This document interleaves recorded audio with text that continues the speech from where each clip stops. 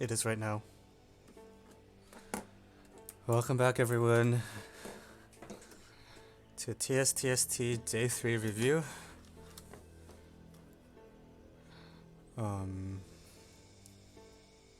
Hello. I should ping Discord or something.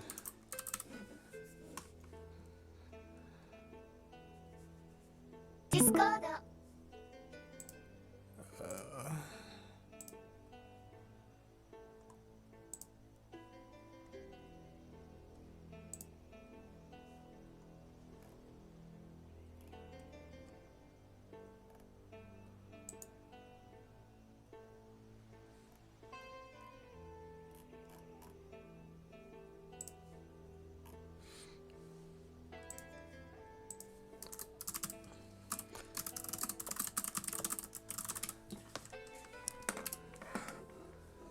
Yeah.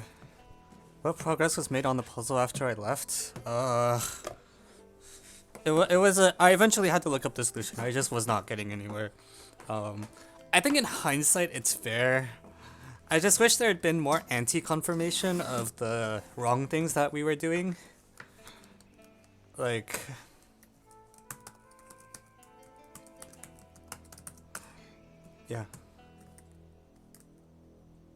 Yeah, I wish there had been a little more confirmation, like, you know, we stared at the answers for a long time, like the answers to the solution was that if you pay close attention to, like, the places you go on the dates, those are real places in the world, and they're real luge tracks corresponding to said places.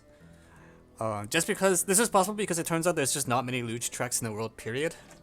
So if you know a little bit about the surrounding locations, then it's enough to figure out where it is. Once you know which luge track it is, you can actually just input the turns. After you input the turns, you get the true ending, and then the true ending kind of just tells you, more or less tells you the answer. It doesn't directly tell you the answer, but there isn't a trick to it after that.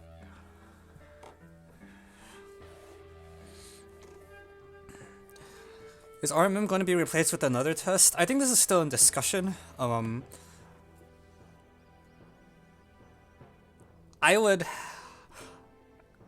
My guess is that it will be, but I'm only like 70% sure of that.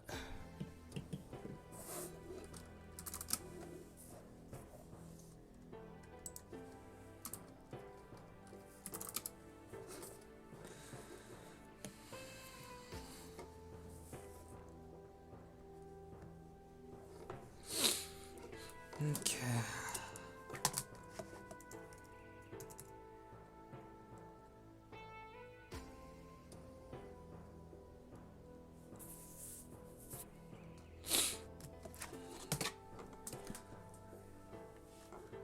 Why stream today? Today is, oh, I probably didn't change the stream title, did I? TSTST Day 3 review. Okay. I'm still getting things set up. I don't know if you all can tell. Okay, stream manager.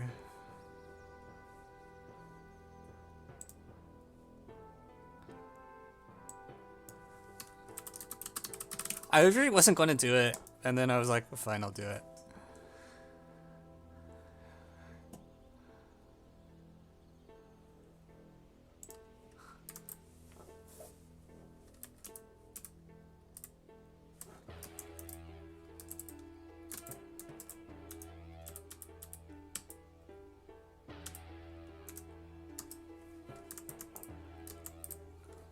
Okay. So, let's get the problems up.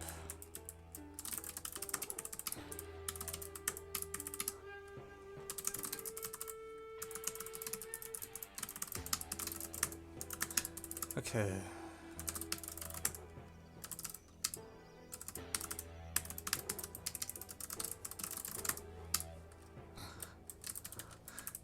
So, you guys probably know who the authors are by now, right?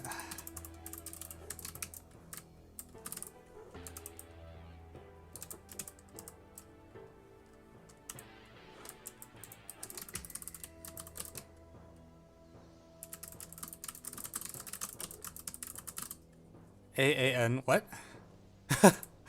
I don't know if I agree with that.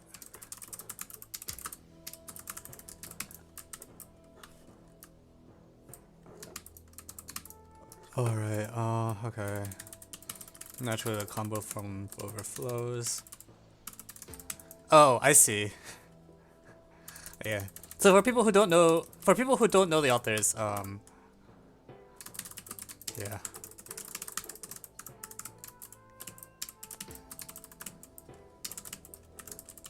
Yeah, that's pretty good.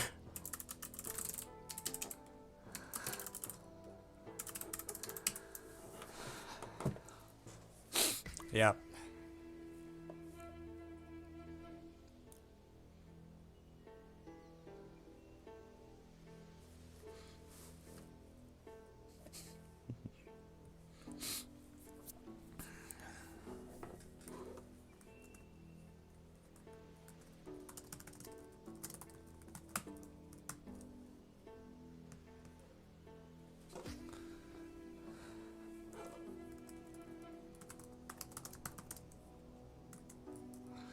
Okay.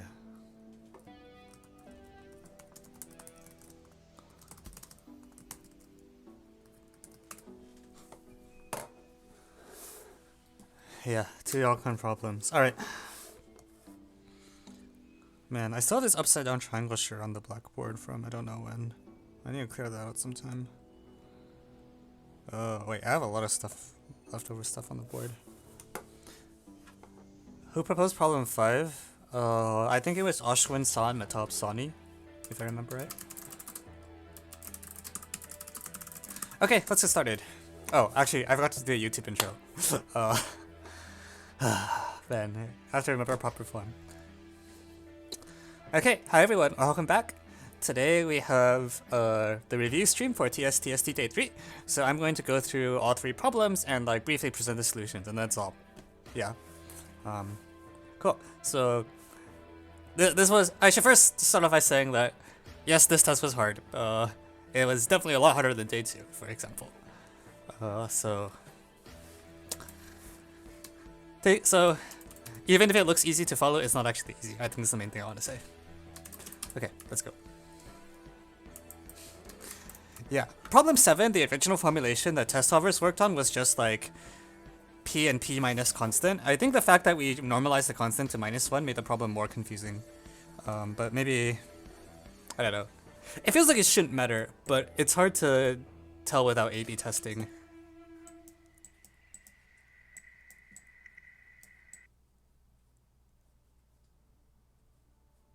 Okay, so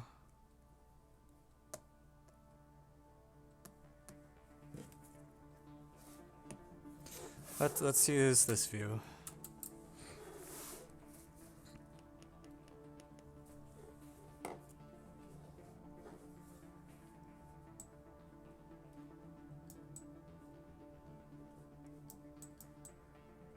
Here we are.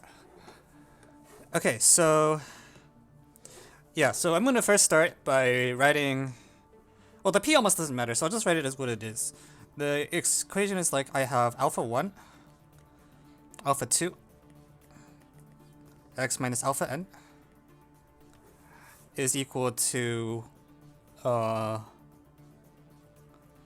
1 plus x minus beta 1, x minus beta 2, x minus beta n, where alpha I and beta I are assumed to have absolute value 1.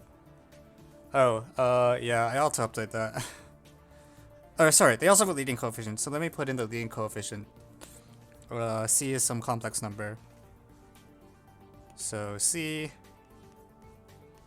is leading coef. Okay, so because I have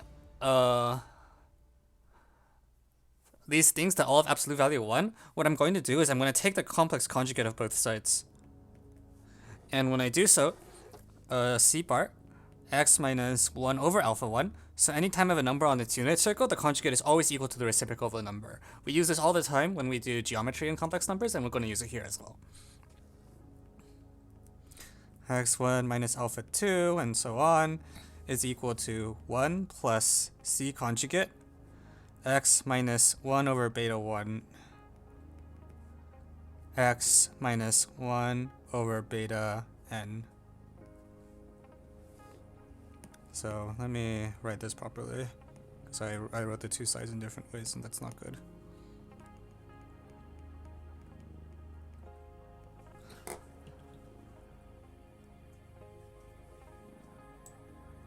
Okay, yeah, but here, let me show you something, okay? So if I look at the first coefficient of the top equation, like the x to the n minus 1 coefficient, it's like sum of alpha I equals sum of beta I. Meanwhile, if I compare in the bottom, the x to the 1 coefficient, it tells me that sum of alpha I over product alpha I. So this is like the coefficient that's like the product of n minus 1 of these, so it's this, is equal to sum beta I over product beta I.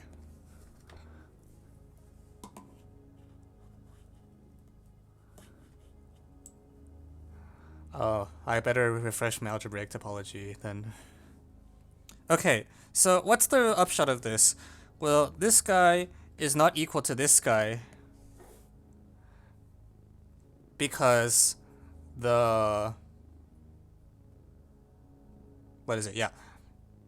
Because when I look at the top equation, they differ by 1 over c. Also, they're not 0 because they're supposed to have absolute value 1. So these two equations, when put together, tell you that sum alpha I equals sum beta I equals 0.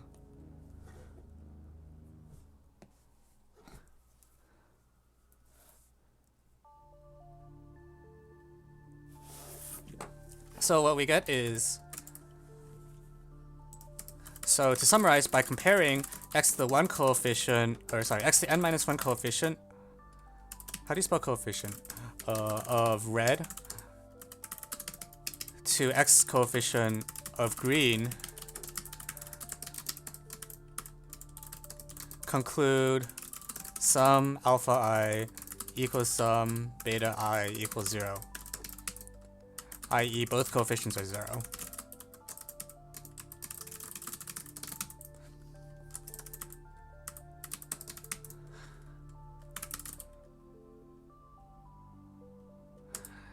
Wait, the two expressions of absolute value 1 and differ by 1 over c. Isn't that fine if like c equals 1 and the two expressions are... I don't understand what that question means.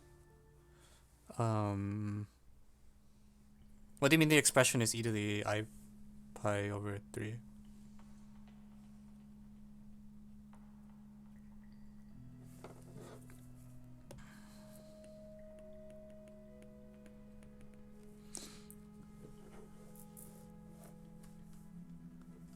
Okay, seems that resolved.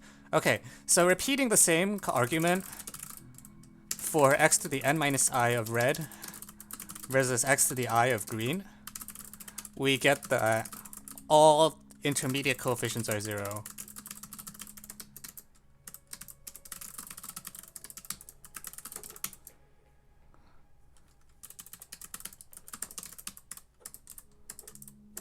And hence, P has to have a very specific form. P has to be like lambda x to the n plus mu for some complex numbers, lambda at mu. And at this point, you're okay, because all you need is for lambda to have absolute value equal to mu, and also mu minus 1. This is like like once you have P down to like it's a two things, it's very easy to extract because you can solve for the roots explicitly, and the desired condition is exactly when lambda, mu, and mu minus 1 all have the same absolute value. The latter condition you can rewrite if you like as the real part of mu being equal to 1/2, but it doesn't really matter. Why is sum of A1 equals sum of beta 1?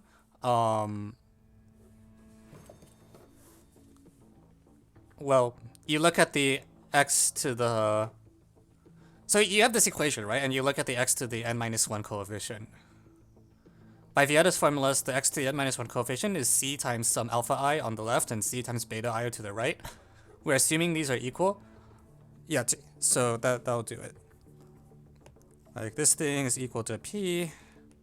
This thing is equal to p minus 1. Yeah. We're not dealing with double roots in a different approach, be 7 minus or 0 plus. Honestly, I have no idea. Ask the... I'm not grading that problem. Thank God. Yeah. But the thing is, you know the products are different, so that implies that the things have to be 0. Okay, and that does it.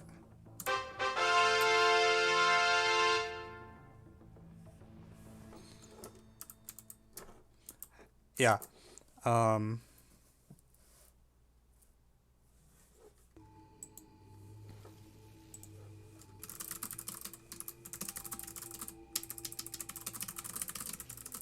Yeah, this is the complete solution to the problem.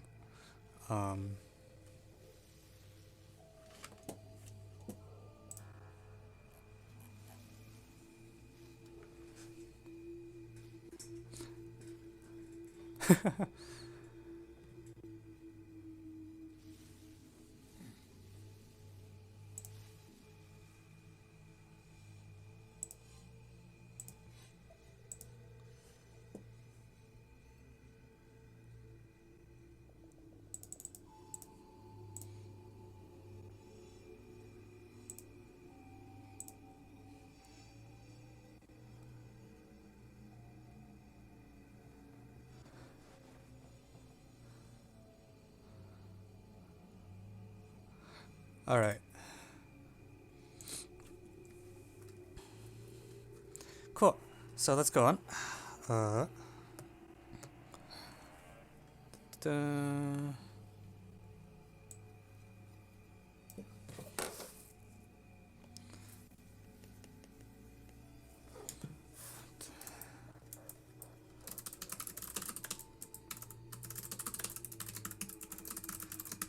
Yeah, the author of this problem is one smart cookie.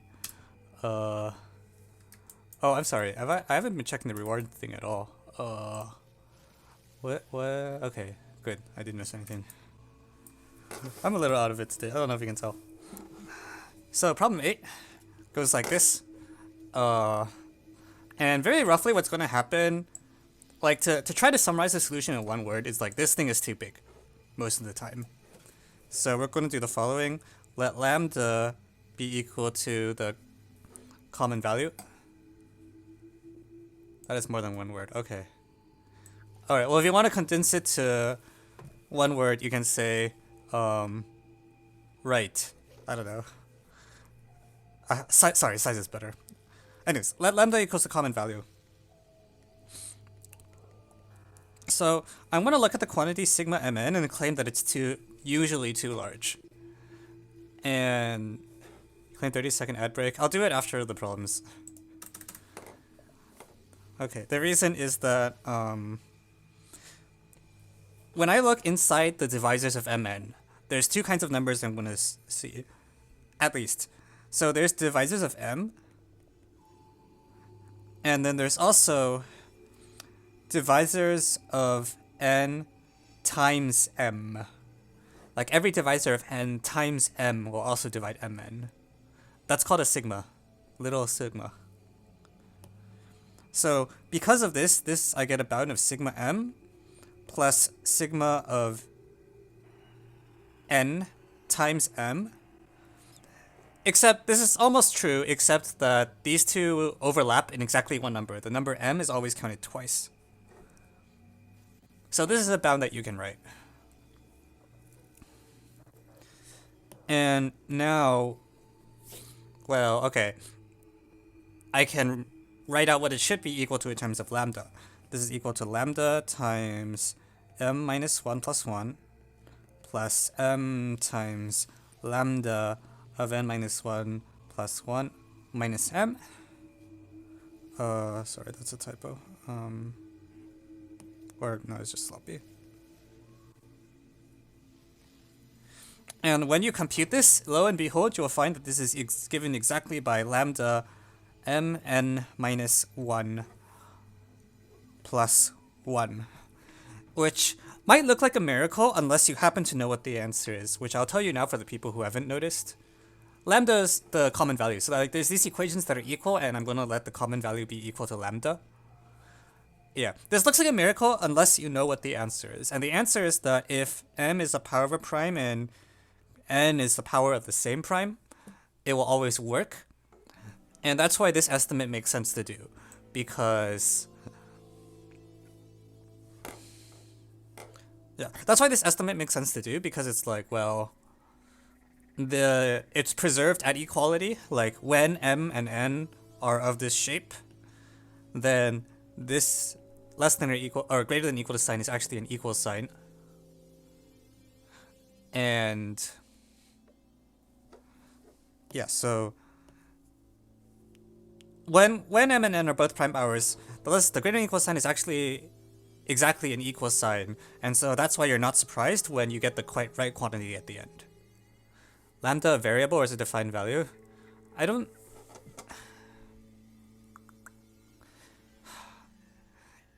It is a value that depends on m and n. Yeah.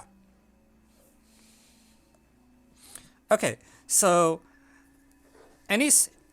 what we've learned is that we knew that this greater than equal to sign works whenever m and n are both prime powers, but now we have an analysis that says, okay, if the problem is going to work for m and n, then this has to actually be an equal sign, meaning every divisor of mn must fit in the following Venn diagram. This is divisors of m, this is divisors of n times m, and they intersect only at the number m.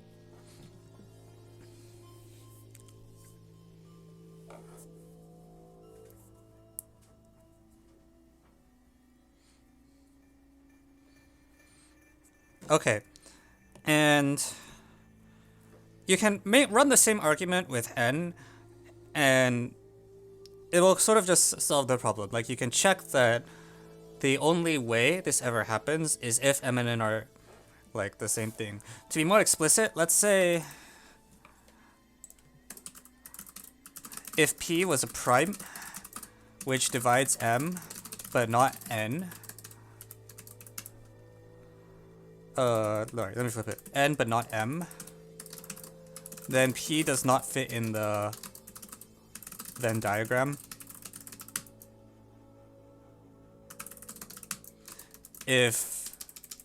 And similarly vice versa.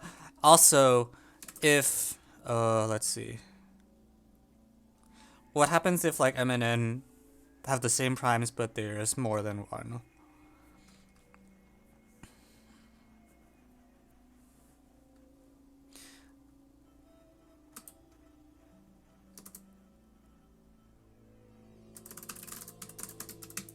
If p and q are different primes which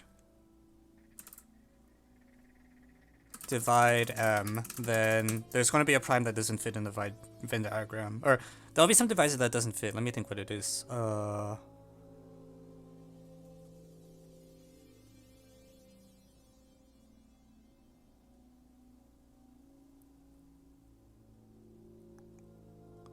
I'm suddenly blanking. Someone help me out here. Okay, so 15, 15, 25.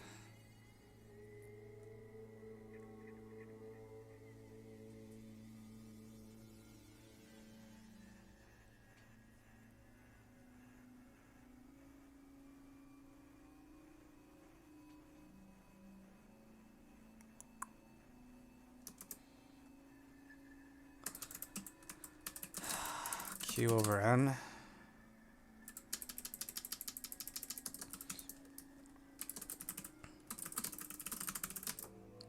Choose p dividing mn and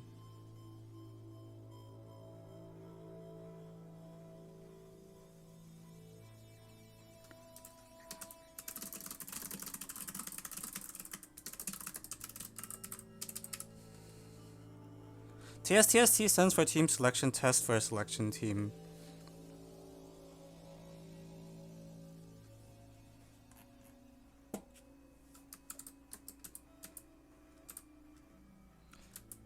Okay, let me do it this way. Suppose P divides M.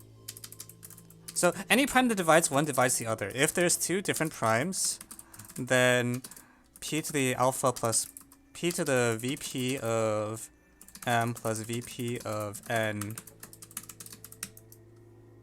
does not fit in the Venn diagram. Okay, there we go. Yeah, basically like the Venn diagram thing is so unlikely that it only happens when M and N are powers of the same prime. So that's the final answer.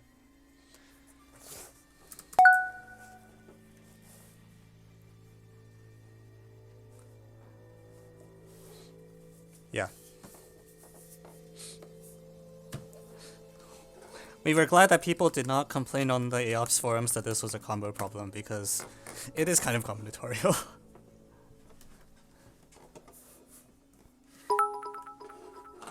Thank you, Fresto, for 100 bits. You're welcome. I haven't been able to write napkin stuff for like forever now. I hope I can get back to it at some point.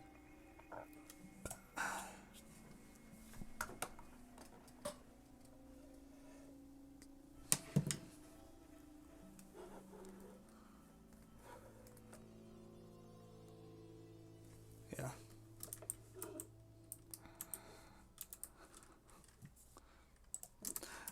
Yeah. Oh, I never defined that command. I'll have to define it later. Or I can just define it now. We're doing it live.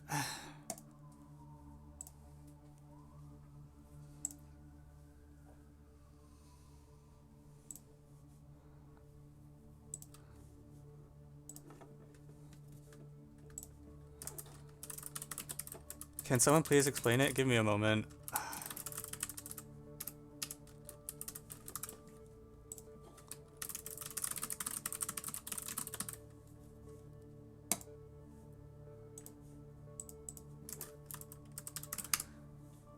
Hey, okay, it works. Also, I need to update the USAMO command. Someone pointed that out.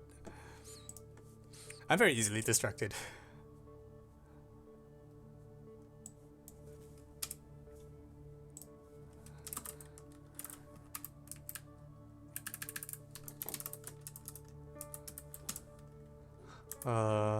A, B, G, G, N, W.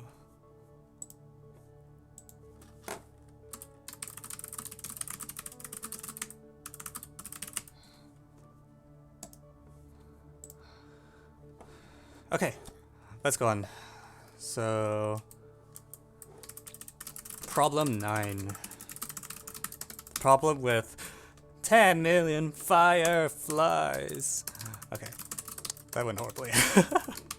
It sounded much better in my head. 10 million fireflies, because I hate goodbyes.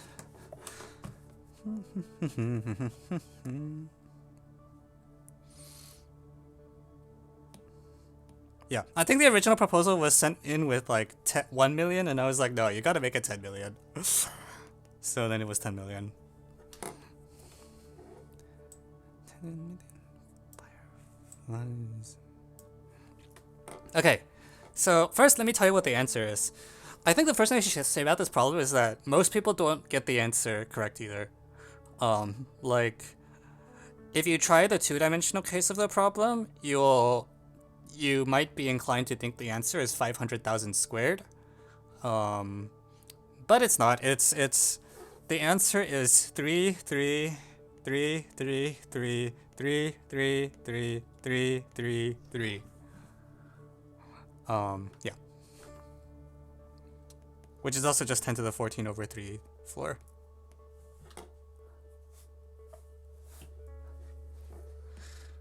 Okay. So where does this number come from? It's really easy if I just tell you the instruction. So we're going to consider 3 lines in R3 that are the vertices of an equilateral triangular, not vertices. They form an equilateral triangular prism of infinite whatever. Okay, just take 3 lines that look like this, and then on each of them you put about 1/3 of the fireflies. So here you put 3, 3, 3, 3, 3, 3 fireflies.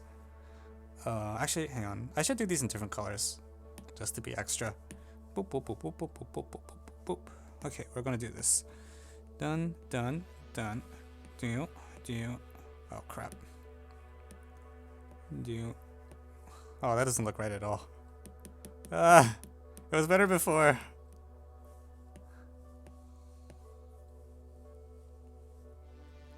Okay, there we go. Cool. So here I'm gonna put 3, 3, 3. 1, 2, 3, 4, 5, 6, 7.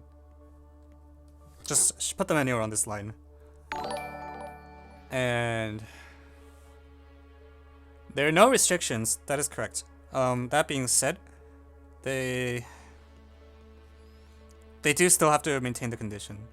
3, 3, 3, 3, 3. And here I'm gonna put 3, 3, 3, 3, 3, 3, 4. So you distribute them about equally, and then you say 2 fireflies are friends if they're different colors.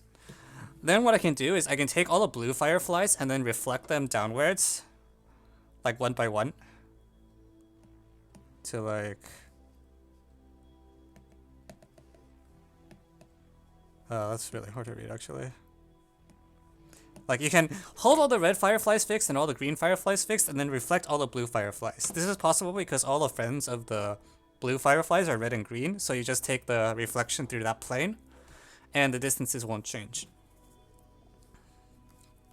And you can keep reflecting the entire lines 1 by 1, and by doing this, you will eventually be able to move this. You'll be able to translate the triangular prism as far as you want in any direction.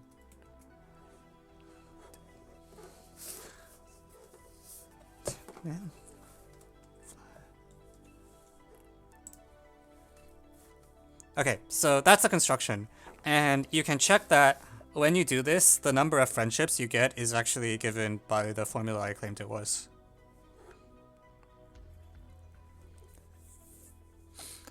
And some people have already recognized this. This graph, the graph that you get from the friendships has a special name. It's called a Turon graph because it's the largest graph that doesn't have a K4 in it. In our case, a K4 would be a tetrahedron. Just like 4 fireflies with mutual pairwise friendships. So you might be tempted to claim that there is no K4. Well, the first thing you would think is maybe there's no K4, and then you're like, wait, that's silly. Like, no, like if you just have a K4, you can have a K4, and that the fireflies can just move. Yeah, they can move. And you might think, okay, well, maybe if you have a K4, then it's not optimal. And this is true, but it's only true for n large enough. So 3VT is already mentioning that for 5 fireflies, the optimal construction actually has a K4 in it. So this will not terribly hinder us, but it's important to keep in mind that we will actually need the fact that 10 million is like pretty big. It will not work if 10 million was replaced with like 5. So what do we do? So let's suppose there is a K4.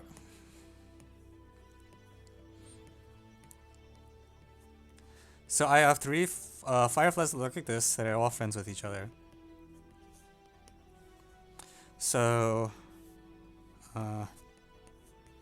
suppose K4.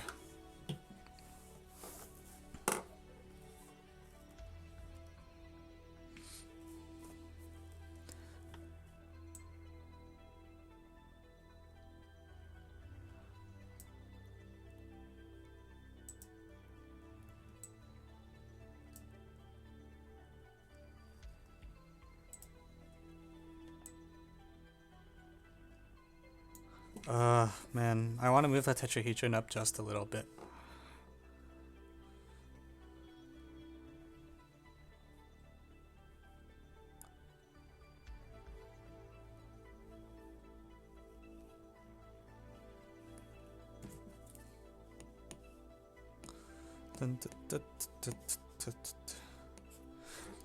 Okay, yeah, so suppose there is a K4.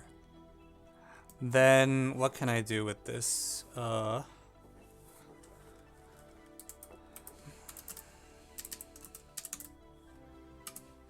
First, I wanna.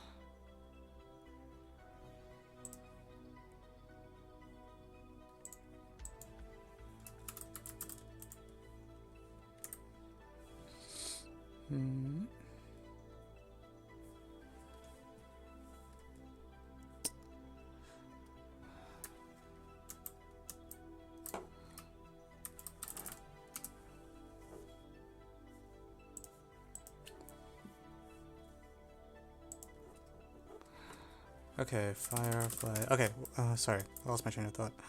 Oh,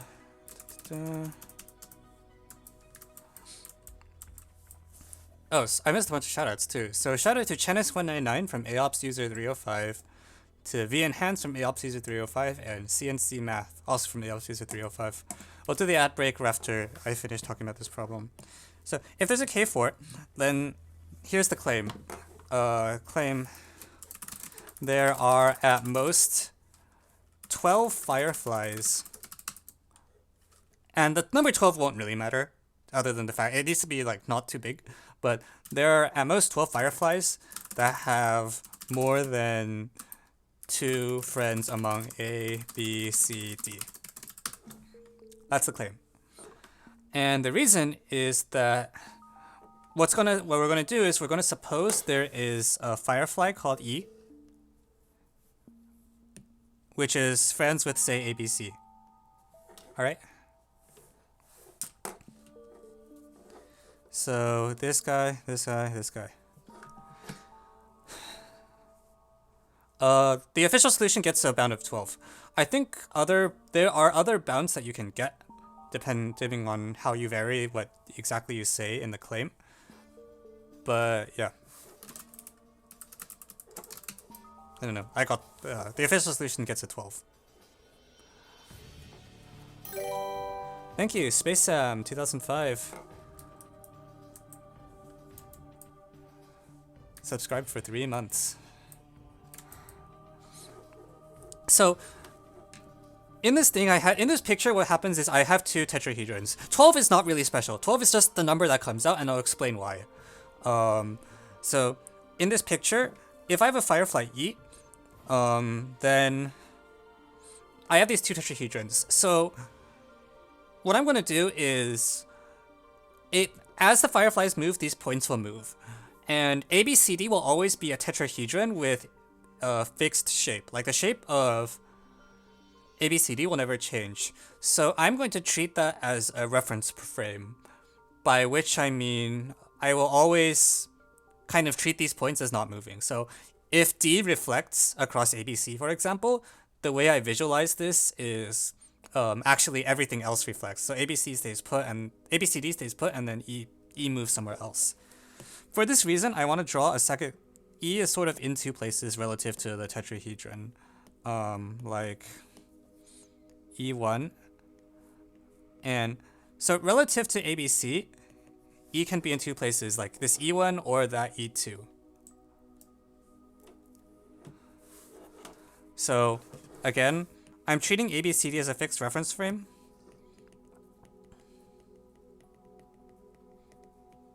And I'm considering the position of Firefly E only relative to ABCD. So I just pretend ABCD never changes. Okay, so what about this? Well, first of all, I should say, I've assumed that E is friends with ABC. So this is, without loss of generality, E is friends with ABC. There's 4 choices here, actually, not because I could pick any of these 4 vertices.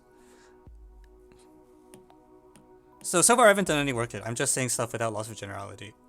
Now, let's say that, consider a moment when A moves. At a moment just before A moves, it means that wherever Firefly E is, it could be either E1 or E2, but it has to lie in plane BCD at that point for Firefly A to move. So either E1 is in BCD or E2 is in BCD.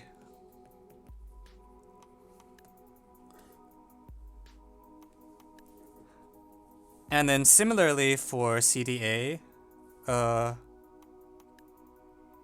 ACD, and similarly for ABD.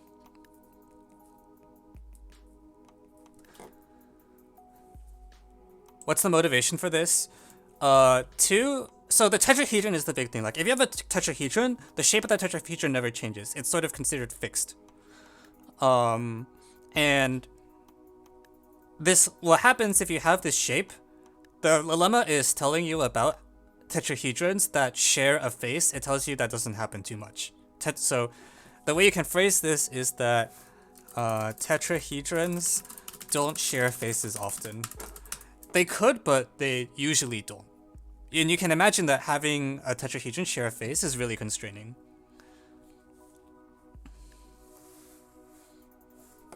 Yeah, actually, I should put that into the official solution as well.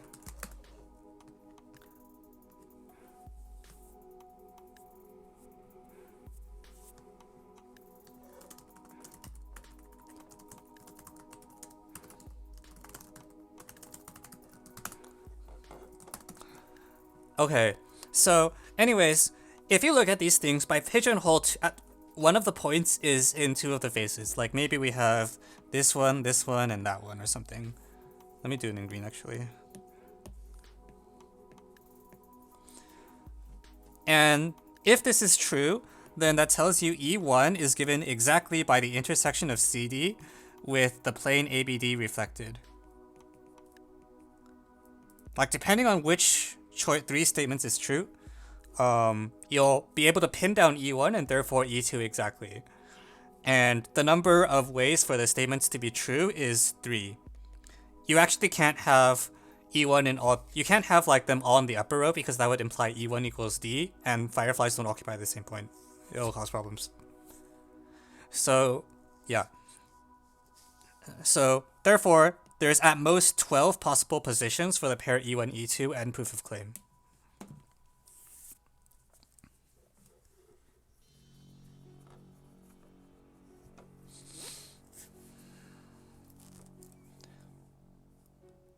Great.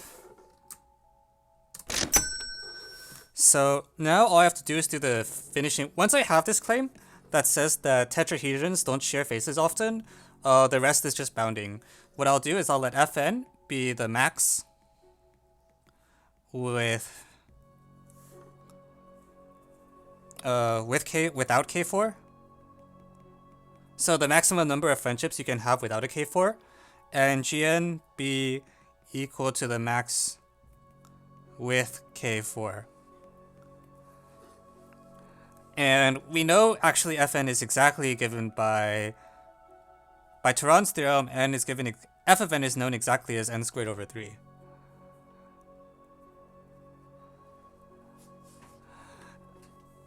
And so, what about g of n? Because of this, you can, if there's a tetrahedron, you delete it. And it gives you a bound where this is like 2n plus like some number,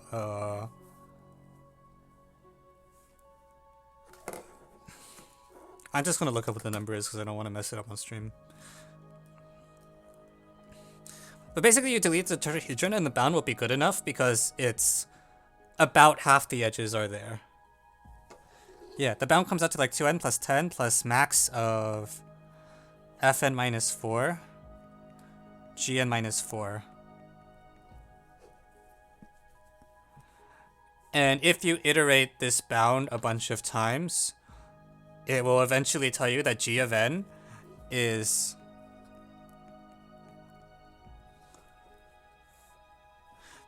like approximately n squared over 4, which is smaller for n large. So I won't do that algebra on the board because I don't think it's possible to follow, but you can see the details posted on ALPS if you care about that detail. That part is just calculation, so I'm not going to belabor it. But the point is, once you have the answer, you should suspect that tetrahedrons are important, and the key lemma is that tetrahedrons don't often share faces. Once you prove the key lemma with really any number, like this number 12, it doesn't matter. The proof would work equally well if this 12 was replaced with like some larger constants. It's just, you just want there to be at most finitely many fireflies that form a tetrahedron. And if that 12 is increased, all that happens is this 10 becomes some larger number, but that won't change the fact that the overall order term is n squared over 4.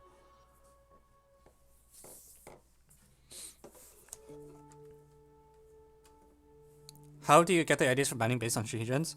I think it's not, I don't even think you care that much about the bounding to start. I think you just want to say like, you know tetrahedrons cause problems, because if there were no tetrahedrons, you use Turon and you're done. And you know that for small values, the tetrahedrons are okay, but it seems like for large values, the tetrahedrons get stuck. And what you say is like, okay, I claim that tetrahedrons don't share face often. And if that's true, then it means that the density, like, it means that the tetrahedron vertices are about degree half. Like the degree of, in a tetrahedron, the degree of the vertex is about n over 2. So overall, that graph will have degree total number of edges about n squared over 4, which is less than n squared over 3. And, well, maybe that's a bit too global, but I think the point is like, you're like, okay, what like, because tetrahedrons don't share face often, if you can show the tetrahedron has a most half-ish degree, then you can just take out the tetrahedron and induct down. And that's exactly what the solution does.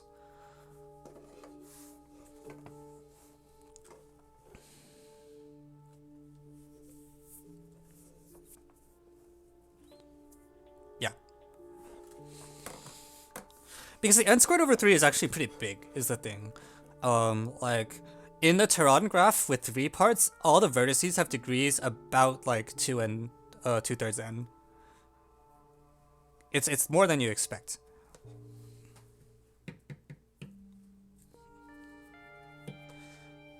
Yeah, like I think the thing that surprises people most about the problem is not the proof of the bound, it's the fact that the answer is so large.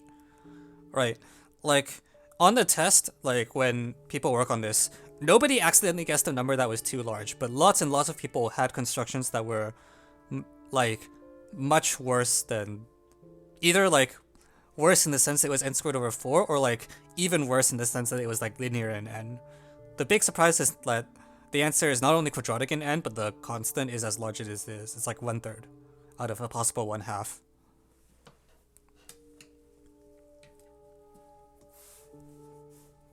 Yeah, like the Turon graph with 3 parts is pretty dense.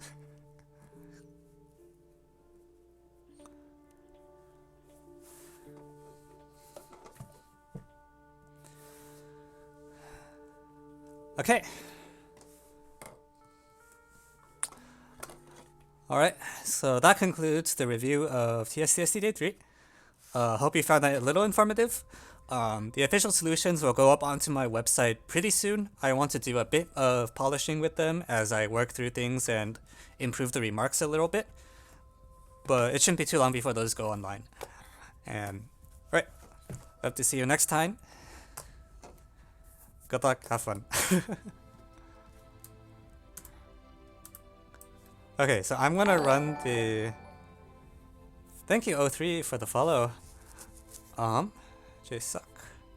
So I'm gonna run the 30-second ad break that's requested, and after that, I'll do something goofy. We will publish statistics at some point.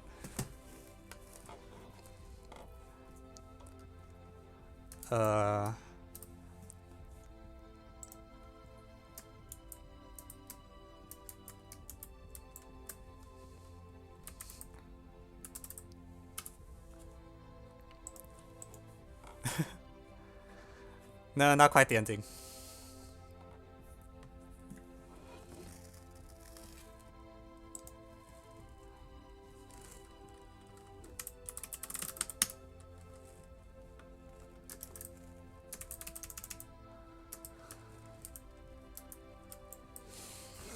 Most ratings? Oh, jeez.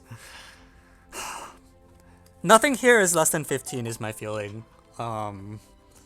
I have a really hard time judging I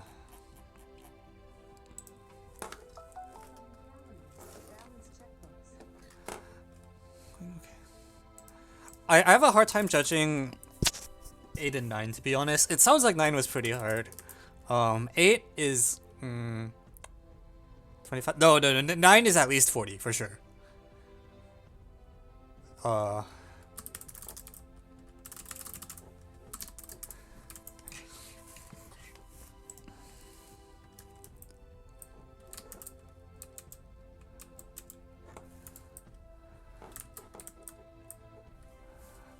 there's a problem request. Maybe I'll do it. Okay, so today I learned there's this thing called GIMP, and GIMP is pretty good. So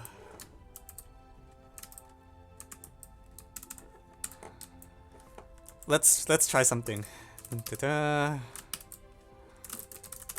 So I took a screenshot of OBS.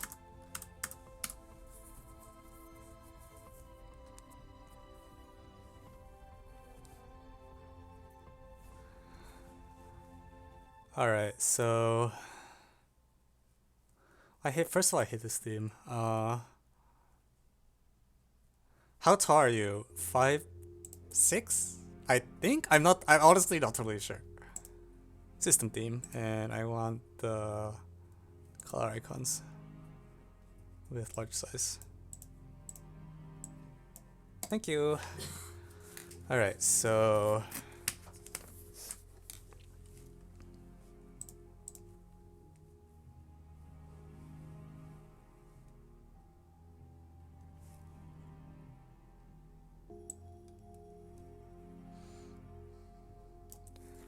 okay, so how do I crop to this? I'm still learning how to use this tool. Crop to selection.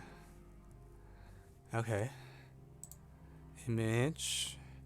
Scale image.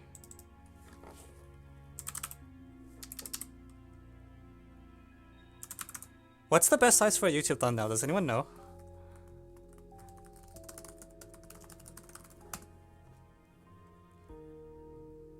$1280 by $720. Okay.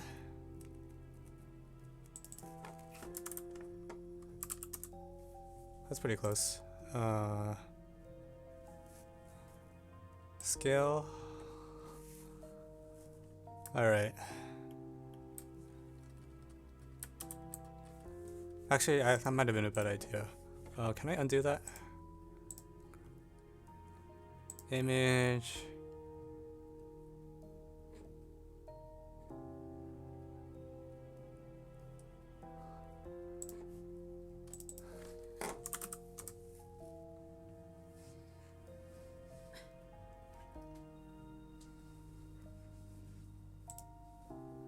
Okay, so then I need to trim it a little. Why is MC12 so hard? Oh, beats me. 1280.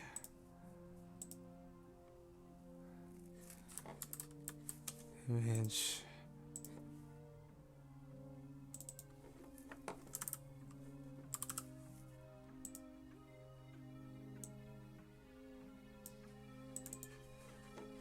Oh, frick. 1280, not 12,780. Jesus.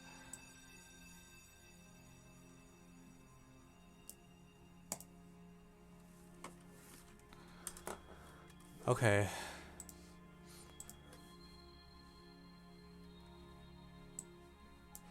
Okay. And now we're going to make a text object.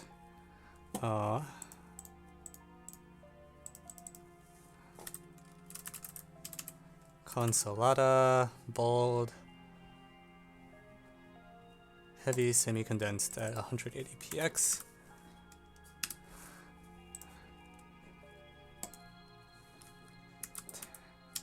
Oh, we want to use white.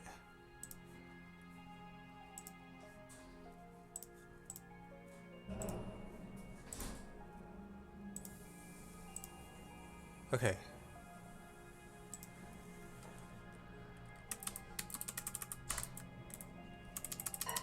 Good.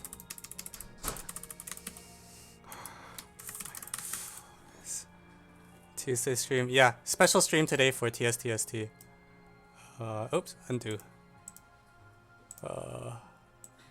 Nope. I hate this. How do I move the active layer?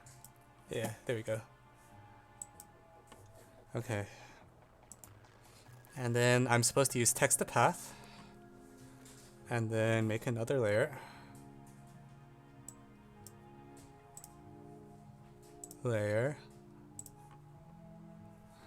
And then image. Oh, select, grow, selection by 10 pixels. And we'll pick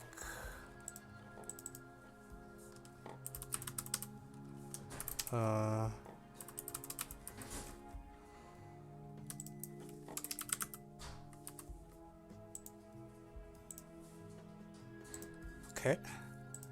What did I miss? We were doing math, by which I meant I was showing people the solutions to the problems. Oh, 10.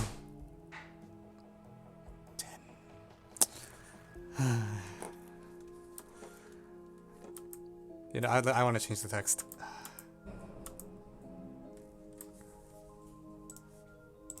Oops. No, not what I meant to do.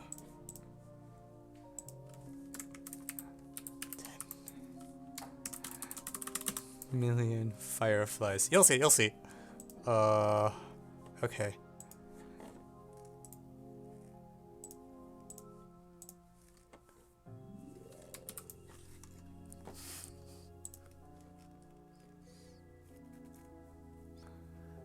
If you select, grow 10 pixels, flood fill. Okay, then merge layer.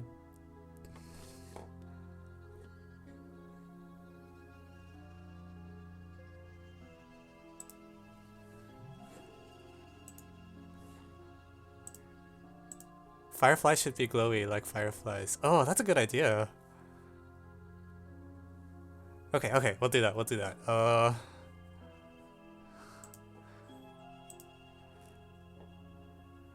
Text layer. Okay, so for this to work, I actually need to make it 2 separate text objects. I think I have enough space to also say that this is a TST D3. And then we'll move this a little north. And oops, no. Undo. Text to path here. Okay, so this will be the part that isn't colored. We'll just have a black outline. Image select, grow 10, and then flood. Oh, frick! Oh, this should be layered down. Okay, cool. And then down here, I want to there, and then I want to. I need another text layer. That's the thing. So, no, no.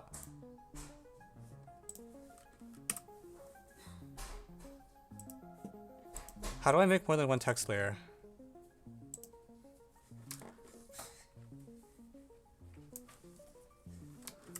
Fireflies.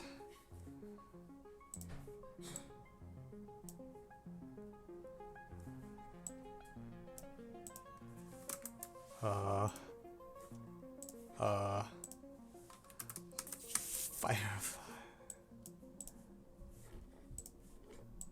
Yeah, this is considered TST 2020, even though it took place in 2021. Okay, and then I actually want it to be white instead of black. Oh, frick. No, not what I wanted. You can tell I'm still new to this.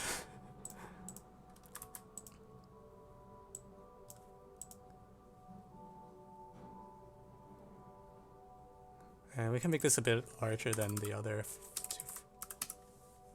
Okay.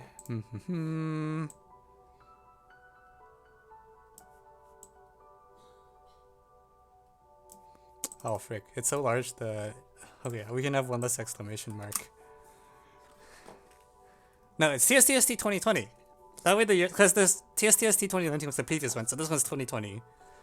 Because it's from up 2020. You know? Gotta make the things consistent.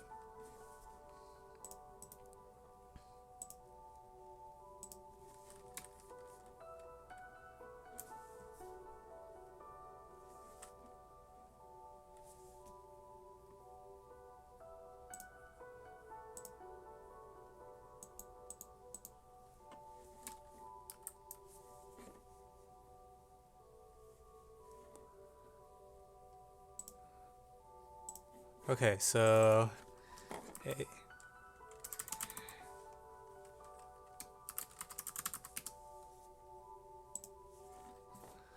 View, grow, selection, flood.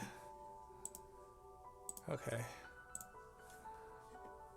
Push down, deselect, rotate.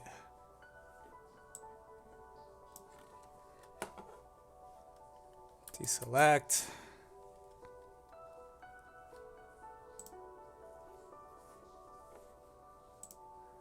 Save. Alright, and we have a YouTube done now. Oh, frick. No! No!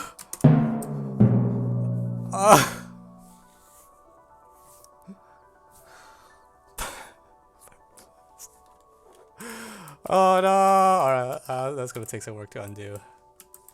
Alright, we're back here. Fireflies.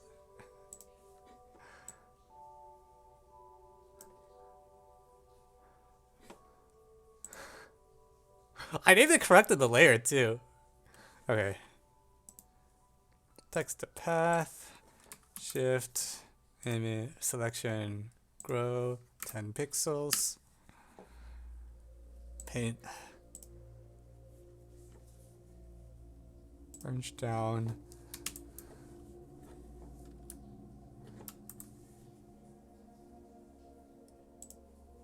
Orange down. Rotate. Undo. Rotate. Undo. Wait, okay. What am I trying to do?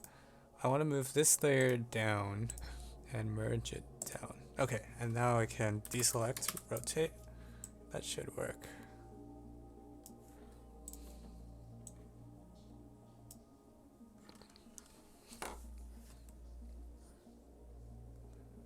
I wonder if I should paint it yellow. Do you think it should be yellow inside? It would be thematic. Yellow. Pale yellow.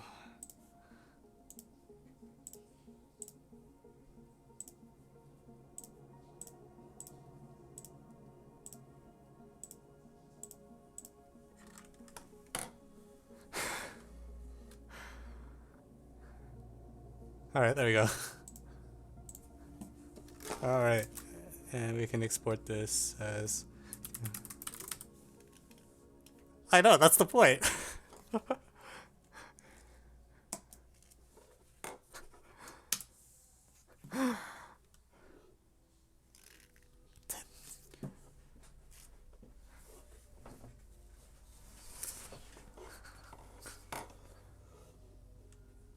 Such a YouTuber.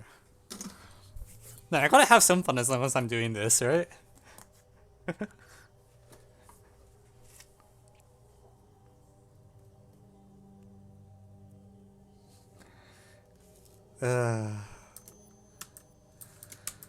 Oh man, you're giving me a math problem?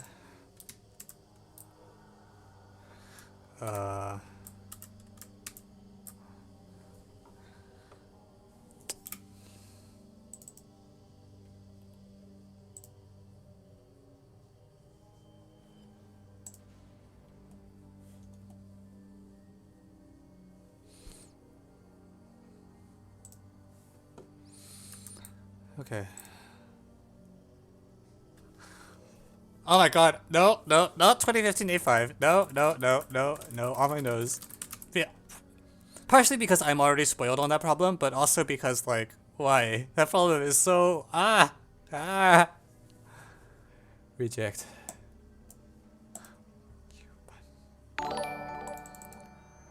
Nice try. Roscoe Powell, thanks for the follow.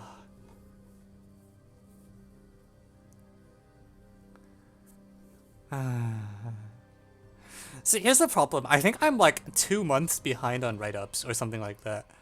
Like, I haven't written up like the solutions like the last like 2 months worth of stream problems. But okay, maybe I'll be fast. Oh my lord.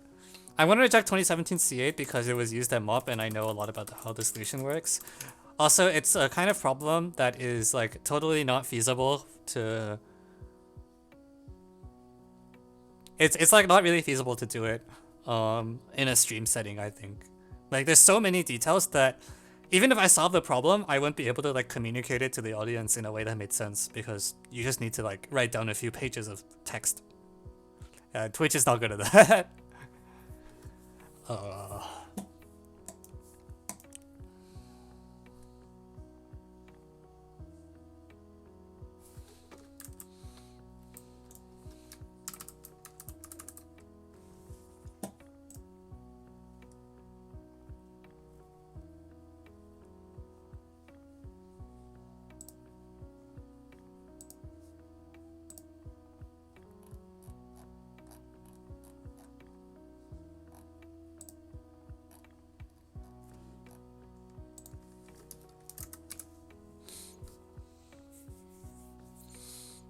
Yeah.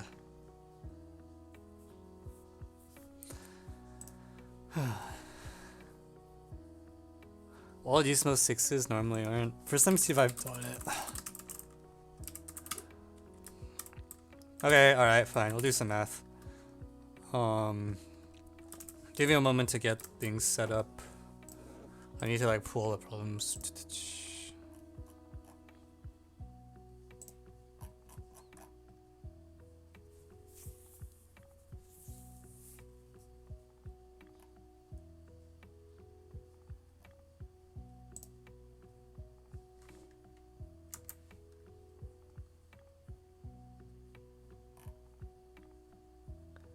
Where is... Oh my god, I can't find anything anymore.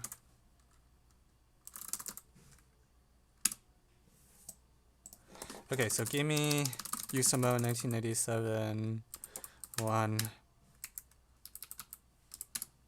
Give me LaTeX USAMO.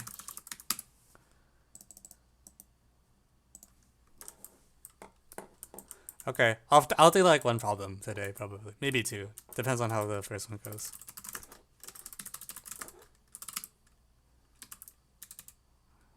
Hello. We are testing something. We are... No, I'm just getting the problems that people are suggesting up. Give me a moment.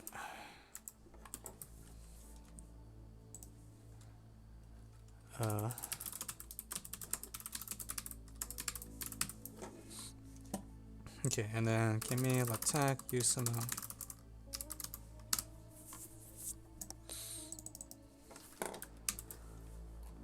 Okay, anyone else who wants the problem request, submit now.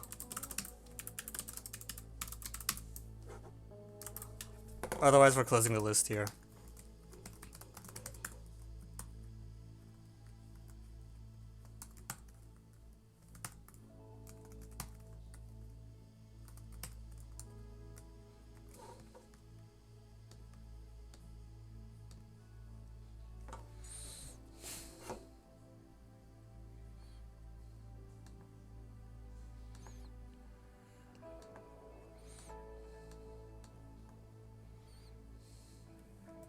Okay, what to do?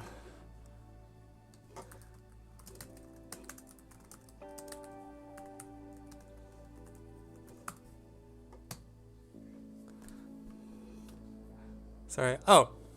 So, yeah, so for people who don't know, this is a math contest stream where my viewers send me problems and I try to solve them with varying amounts of success. So right now there's 2 problems in the queue and it doesn't look like there's anyone else who's voting. So people vote for which one you want to see me flail around on. I should specify, sorry. The left one is USAMO 1, the right one is USAMO 6.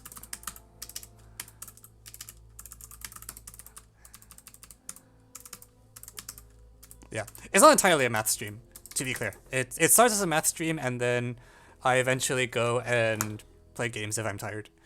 Have you ever failed to solve a problem on stream? It happens about once every 2 weeks that there's one of the problem. Like, about half the time there's a problem I don't solve. It's mostly a function of how nice my viewers are feeling to me. Like, some days they just really want to make my life hard and, like, all the problems are impossible. And then some other days, I manage to get through things. So there's a spectrum.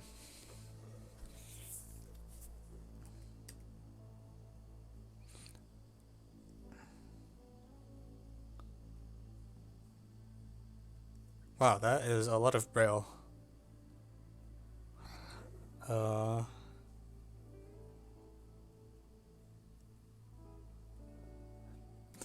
So yeah, if you're new to the stream, welcome. It's a bit of a strange stream. Okay, USAMO 1.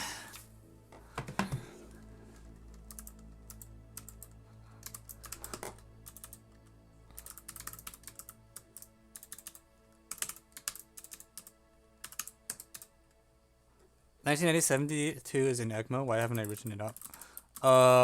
EGMO predates. So my geobook came before my problem database. I will destroy you and all the chat. How do I join? I mean, you can just... Well, this is the math problem if you want to go for it. If you figure out how to do it, just post in chat.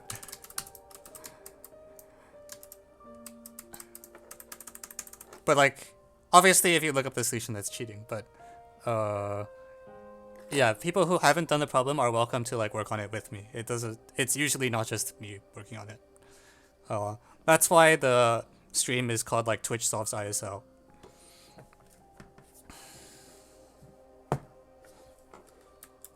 Frick, I accidentally deleted.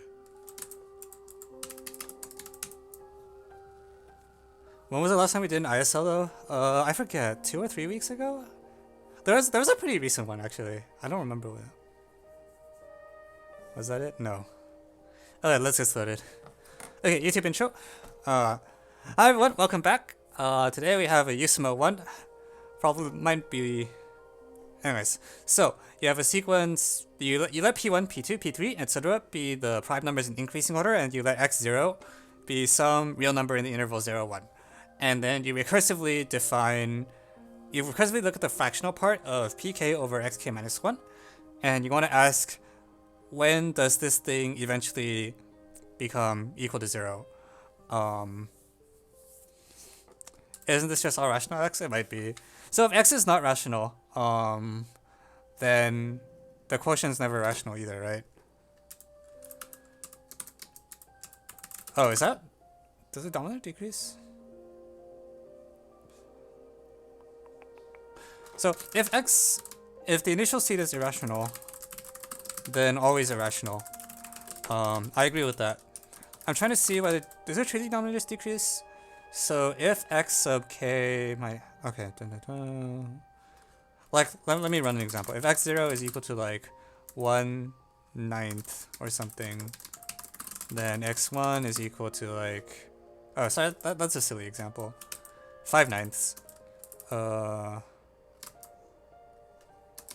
5... 2, 18, 3/5. Okay, so, okay.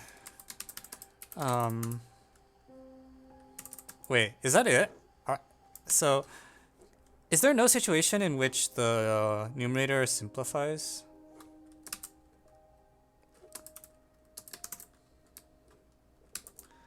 x0, wait, hang on.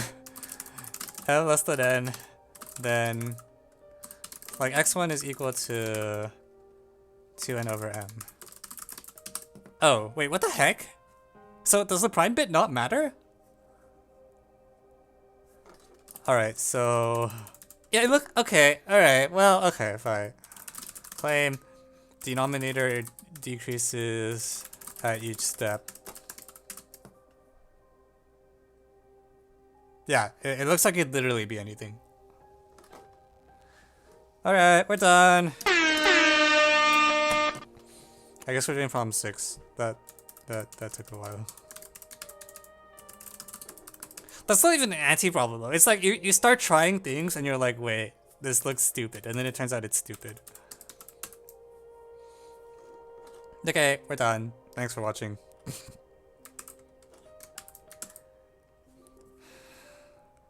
Alright, now I have to do another YouTube intro.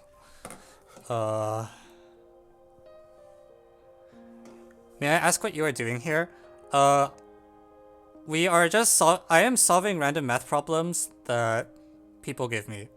So people give me a problem I haven't seen before, and then I flail around on it. And sometimes it works, and sometimes it doesn't. Yeah. I'm not sure if that answered your question. If you had a question about the math itself, you should probably be more specific.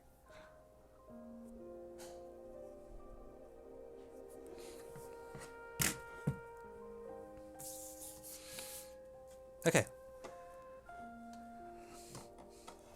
Alright, welcome back. So, a moment ago, for people that didn't see it, we added this really stupid one. So this is problem 6. Hopefully this is more interesting.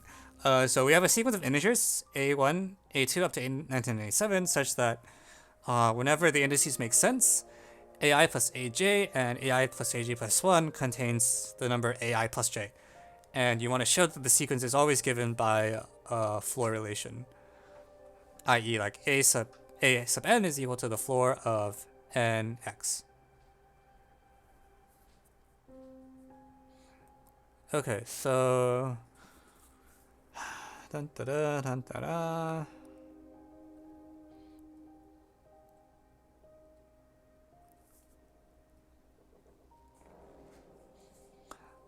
I feel like this is gonna be some fairy thing.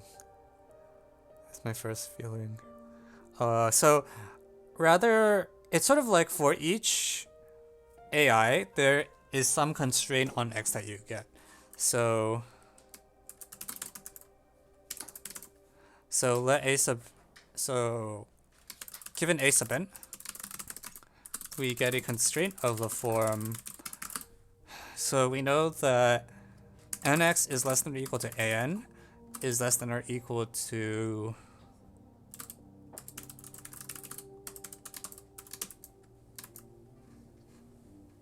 n plus 1 x.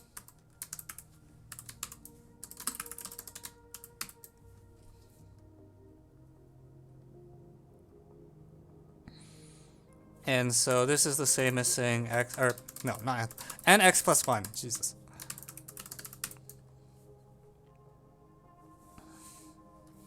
And so a sub n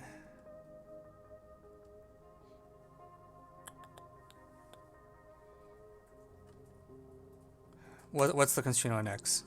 So x is at most an over n, and is at least an minus 1 over n. Okay. Well, what I think my thought is that I'm gonna change it to a condition on x, and then the problem fails if and only if there are two different indices for which, like the intervals do not overlap. Like if any two intervals overlap, then all intervals overlap, and you're fine. So what I can do is assume for contradiction that somehow am over m is less than an minus 1 over n for some m n. There's a stronger statement from LP duality.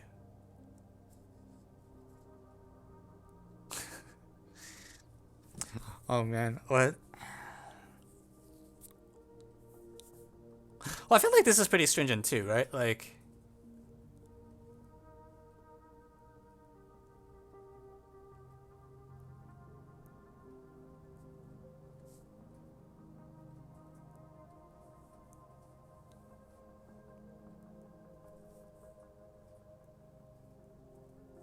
no, LP does stand for linear programming, I believe.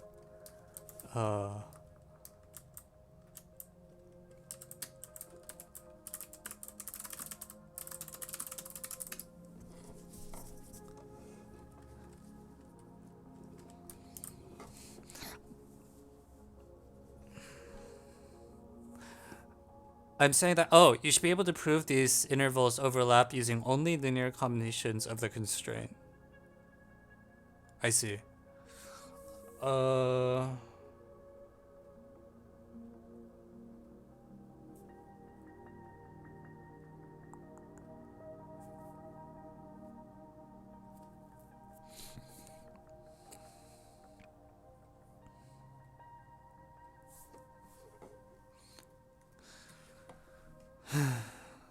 Da-da.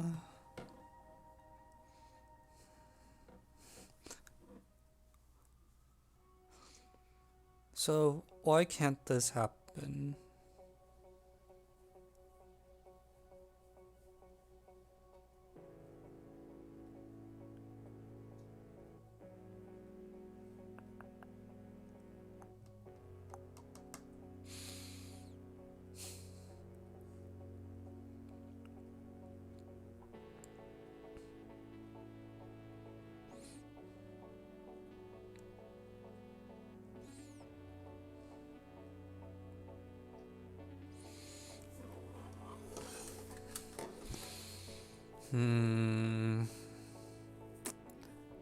Like, for example, if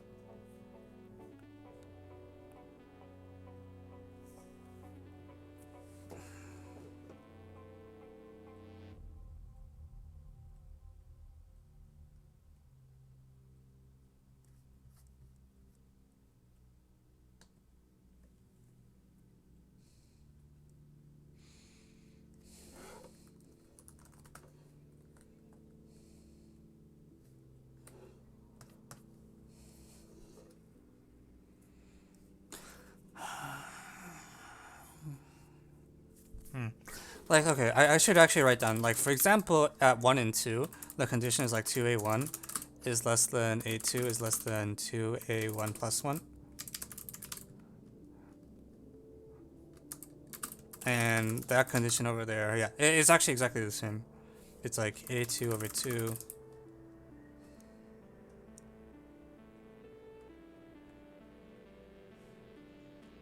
So, okay. I really should phrase it in not contradiction so that I don't confuse myself. So suffices to prove that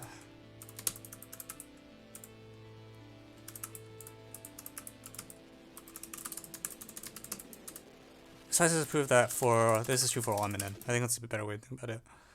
Alright, so where is the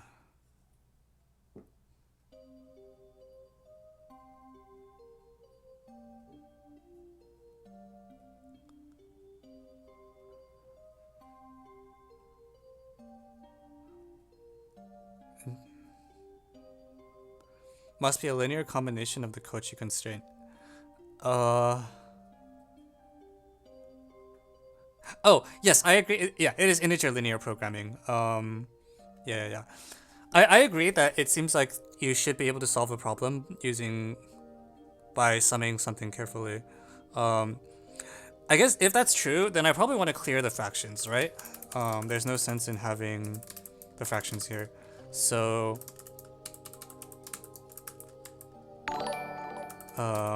it's like equivalent to m times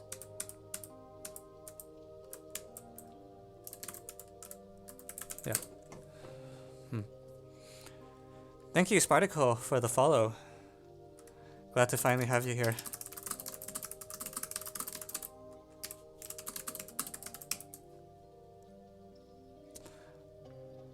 I agree, Sturm.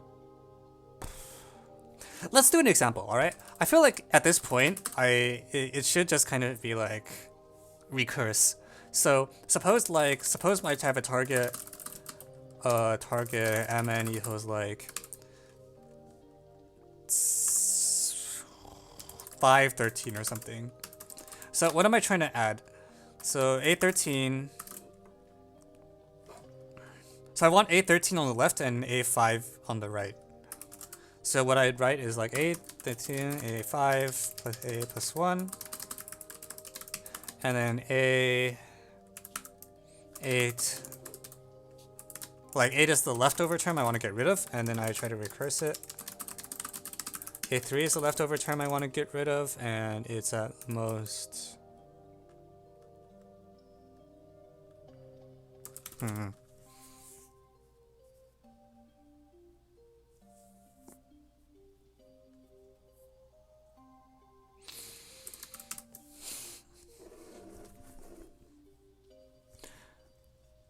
Three is not...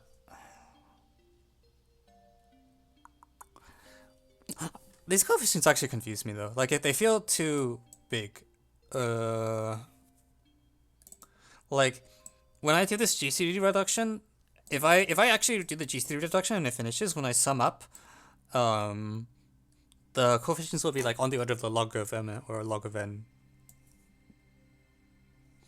I think this problem dies through induction by 19. Oh wait, that's a good point. We can also use induction on 1997.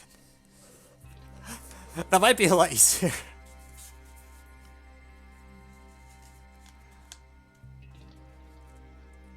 Okay. Actually,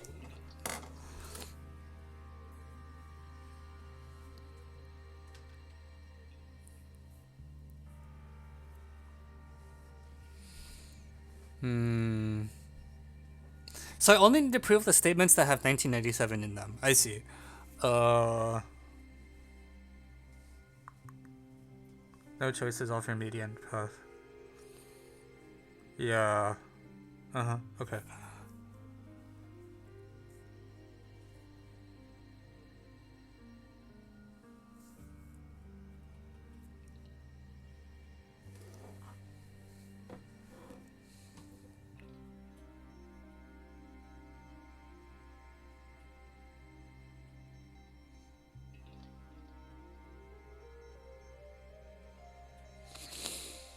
Oh man, I never understood this very black magic.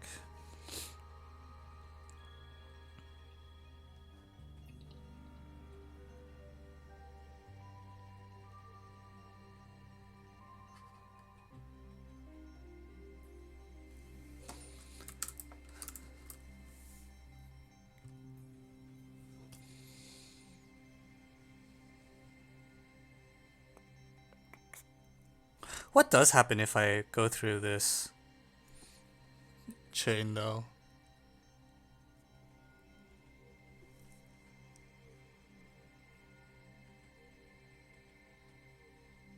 Yeah, basically this is fine. I mean, what's the...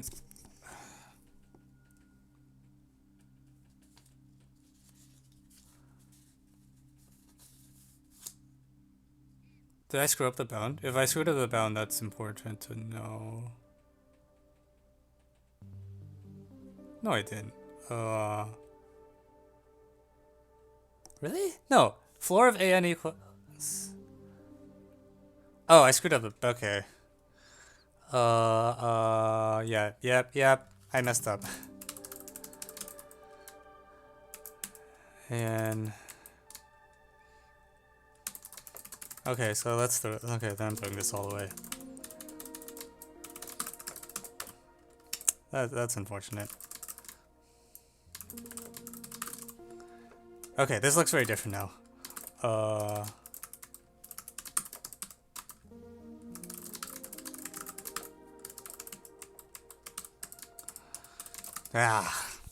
Wow, that's embarrassing.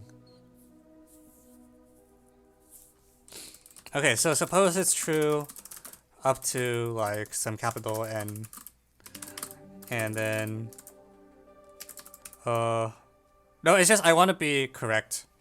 Like I want to write equations that are not wrong.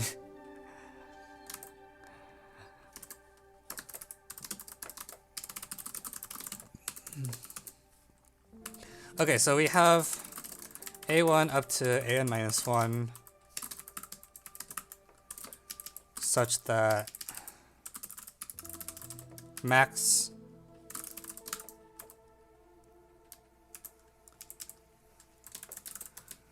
what's up with spark caps? Good question. Spark will exist, but people are unclear on exactly what form it's going to take.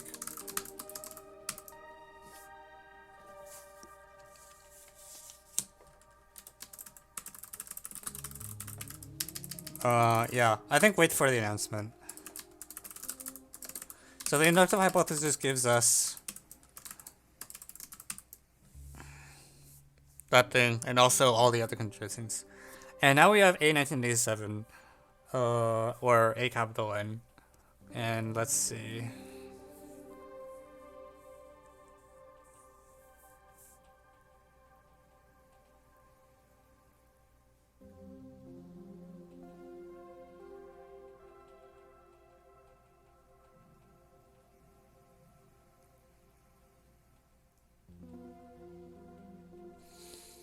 What do I do with it?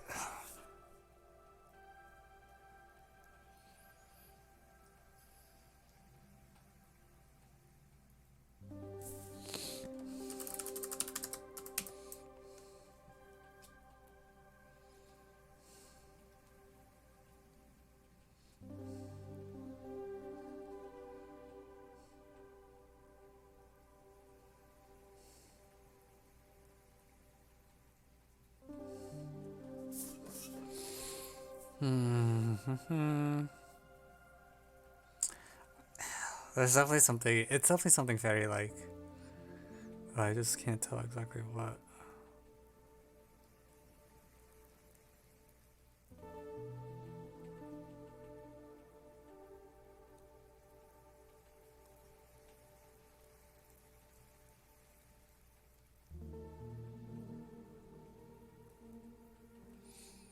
Okay.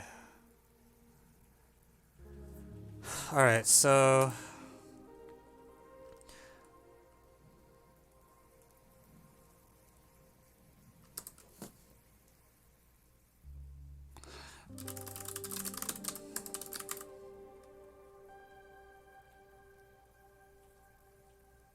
Okay, so in that case, I'm gonna just. I need to strengthen the. Do I need to strengthen IH? I think I need to strengthen it for each n. Um.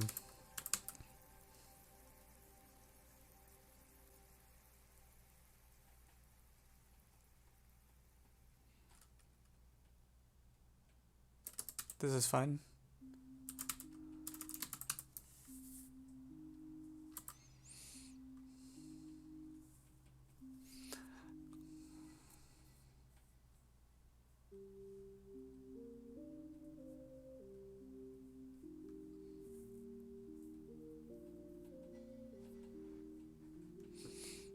For IX is necessary for the Cauchy bound, right? Yes, I agree. Oh, okay. So I don't have to worry about. Okay, that's a little confusing. Okay, that's fine. So let's suppose.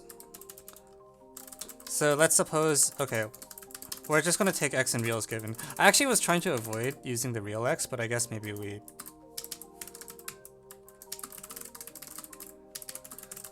Maybe that is stupid. Yeah, I think rather than run away from real numbers, we should embrace them. So, look at the two fractions with denominator n closest to x. Say, a over n less than or equal to less than.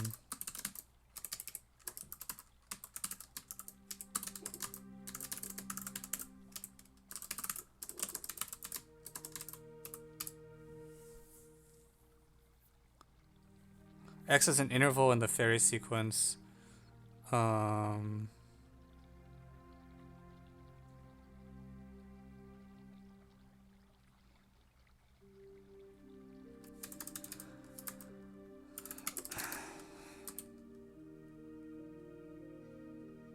Okay, fine. So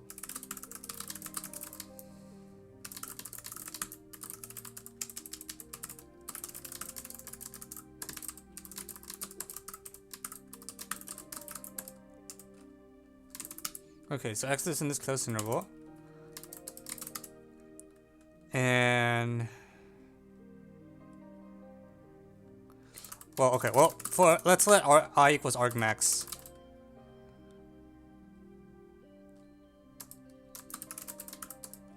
So okay, by a Dewson decision, I will let. I'm gonna not.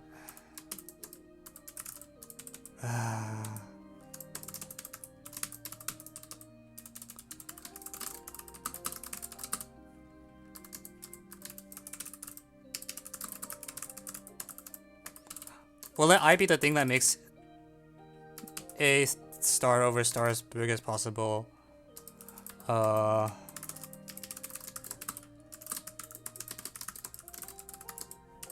And we'll let J be the argmin.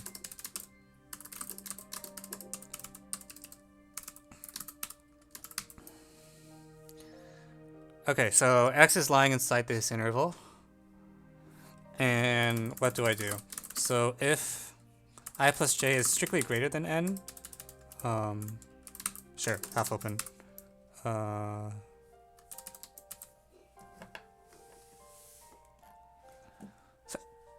if I plus j is equal to n,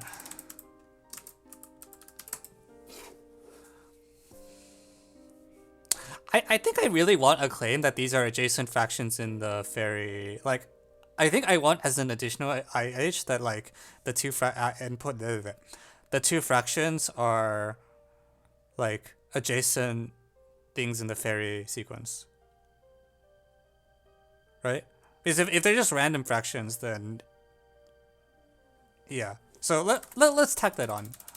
So additional inductive hypothesis is that the two endpoints of the fraction are very... Yeah, I agree it follows immediately given our current strategy. Are...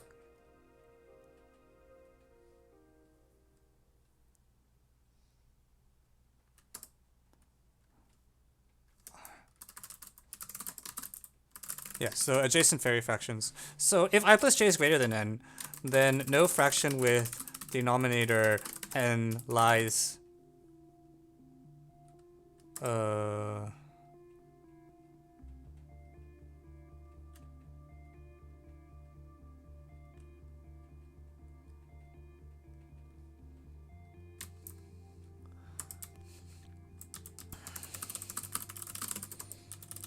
Okay, so I'll put n with n. So I plus j is greater than n, then there's no fraction denominator that lies inside the interval. So using the same real number, using any x in the interval will work. Like it will be the case that... Yeah.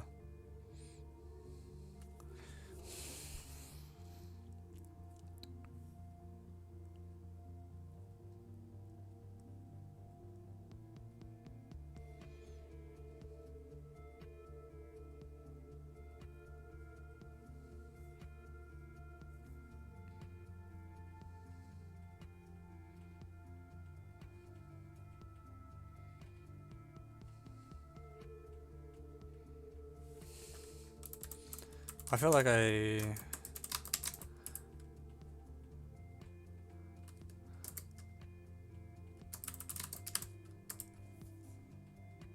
So what do I have to check is the...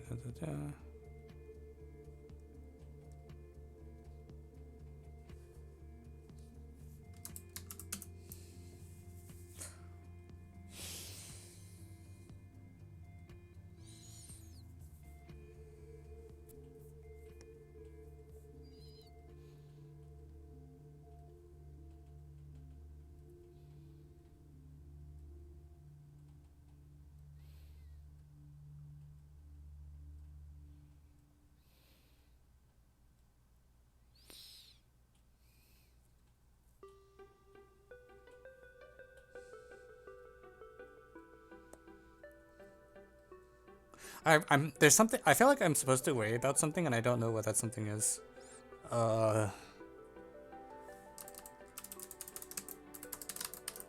Yeah, then so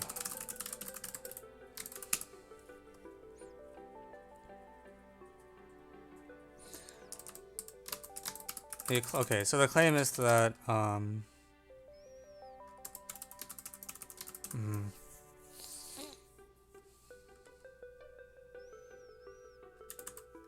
so the floor of nx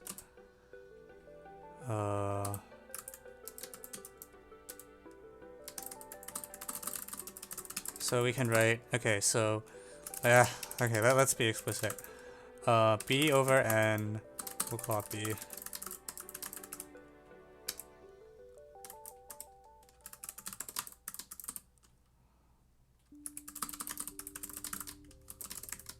J plus then plus 1 over n, then floor bx.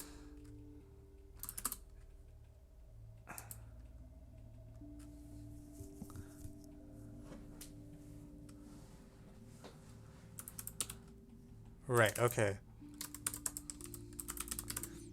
so floor of nx is exactly given by b.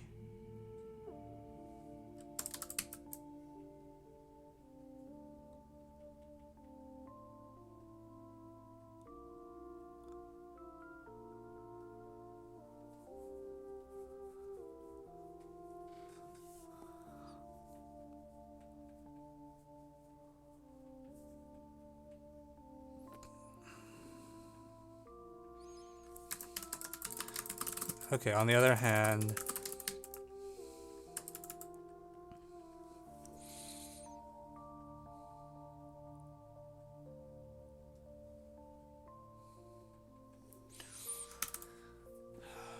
how do I say anything about n?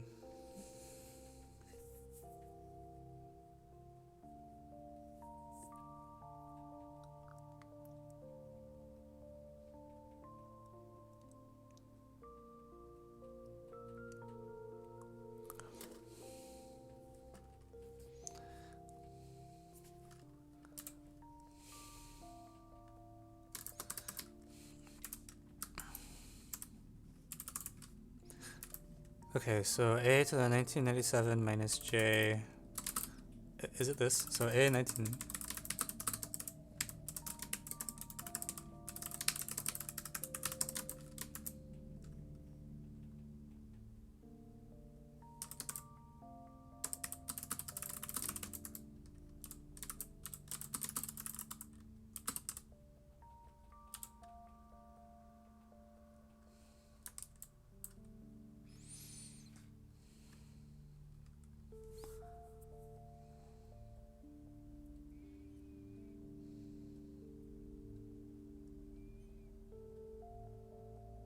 you actually want two parents of b over n. B plus 1 over n. I think I... this is okay now. So it's like...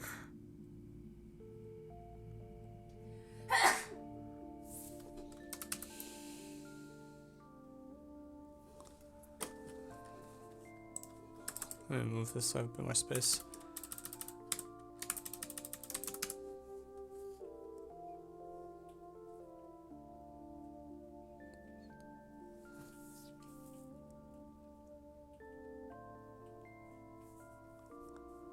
So I want this to equal b. I think it should be.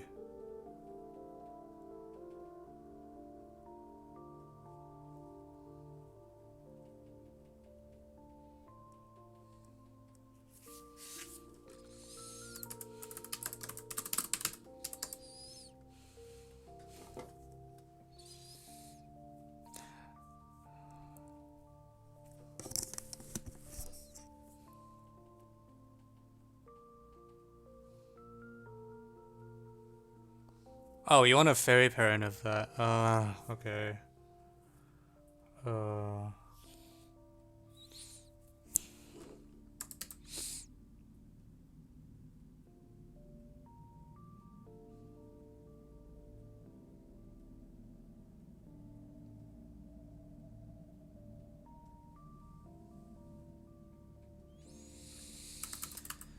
So if b over n is the fairy parent... Okay, so this is a low one. If there's a fairy parent here, then... I see.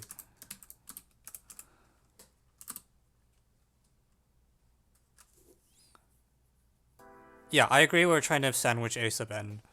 I think you're right that this is... Okay.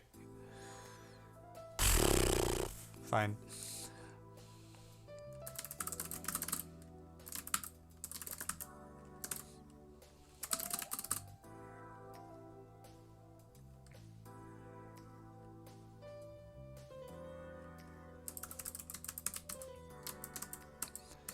And then...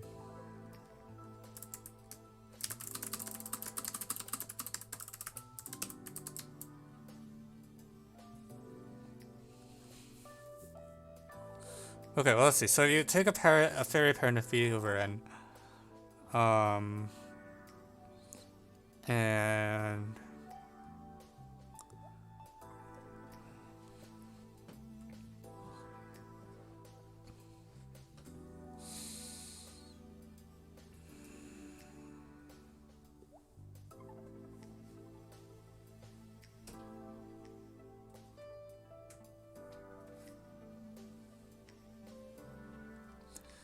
I thought you had write-up parties to catch you up. I haven't had a write-up party in a while. There's one tomorrow.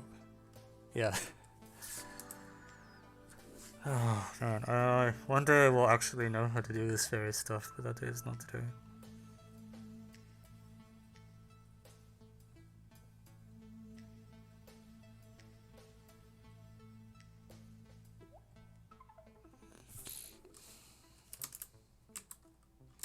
The claim is that this should equal B.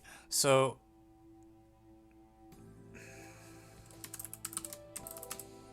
what does it mean to...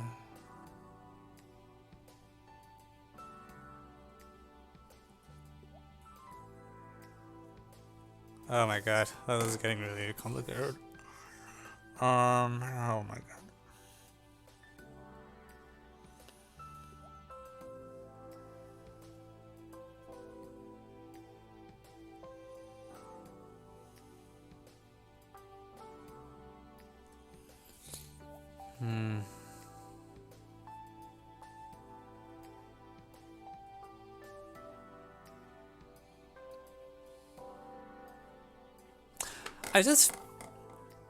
I feel unconvinced I'm supposed to look at fairy parents of B over N because of the GCD thing. Like, I think the display works even if B and N are not relatively prime, but the median thing here does not. So I was trying to look at like I and N minus I because I was like that should do it. But apparently not. Does it really not?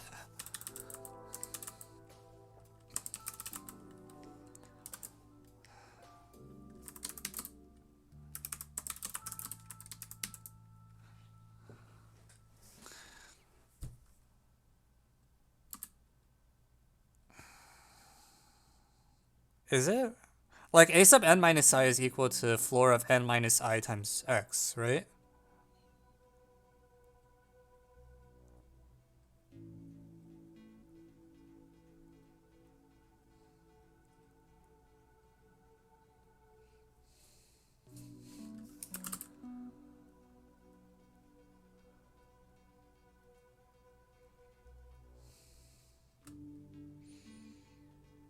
Okay.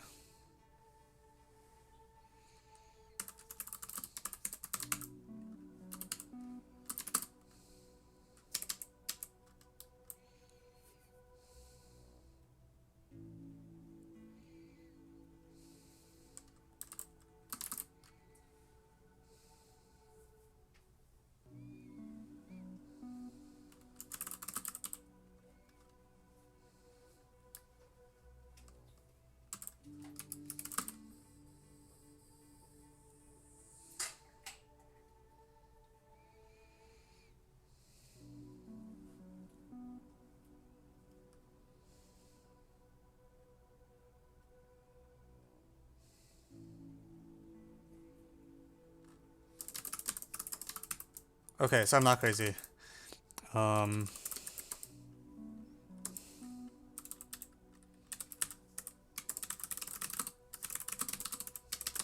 Cool.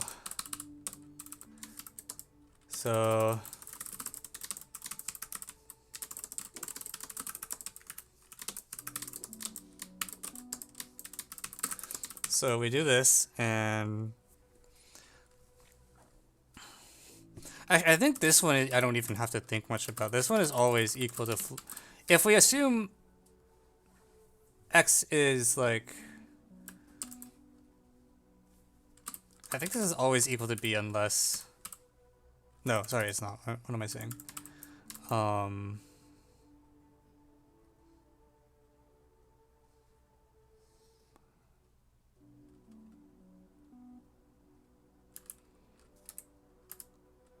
So this is like floor nx minus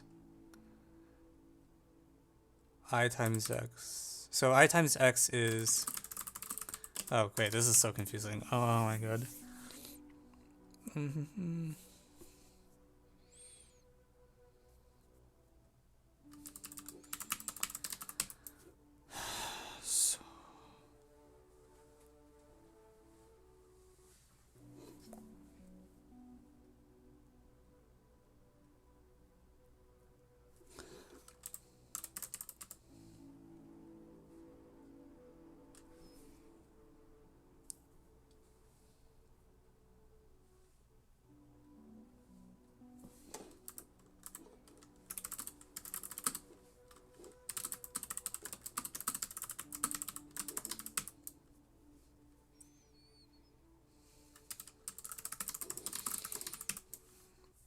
Help.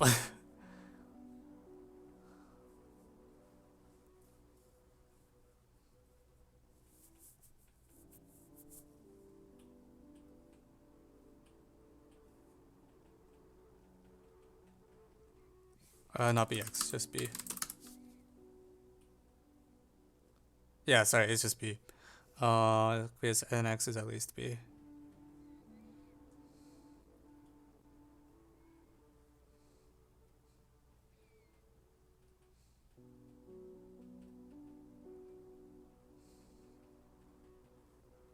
I agree. This seems to only give b minus 1.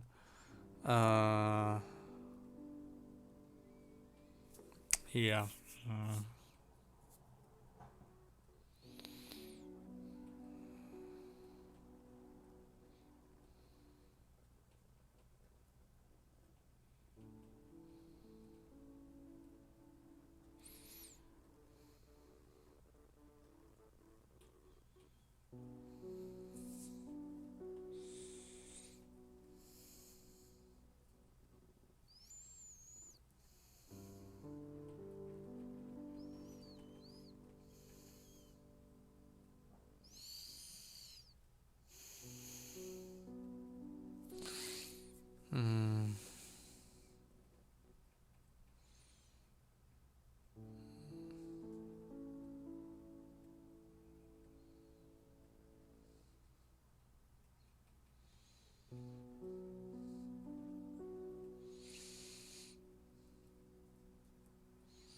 Okay, so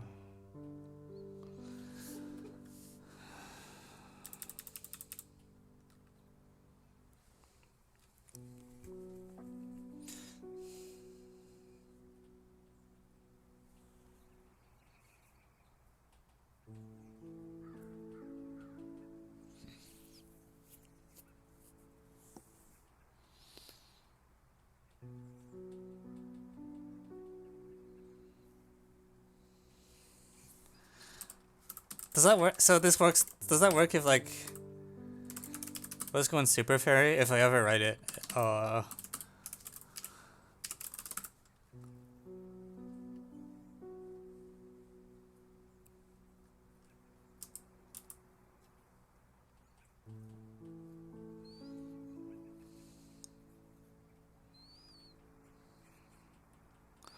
Okay.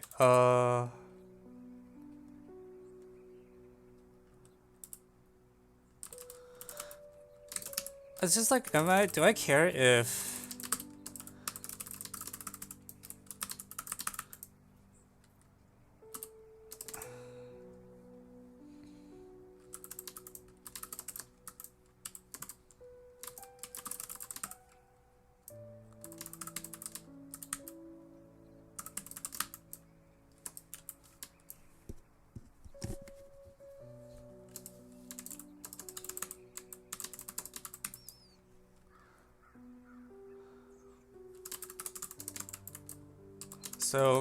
does fairy theory give me this? Can I say this? Well, so this fraction here is definitely smaller. This one is smaller than this because of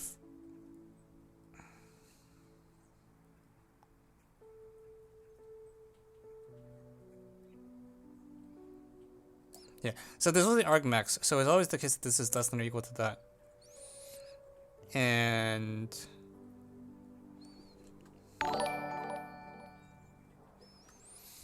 this is not true, is it? Well, if it's not true, I'm in trouble because an minus I. Which is it? N minus ai or b minus ai? N minus I minus epsilon. Wait, what?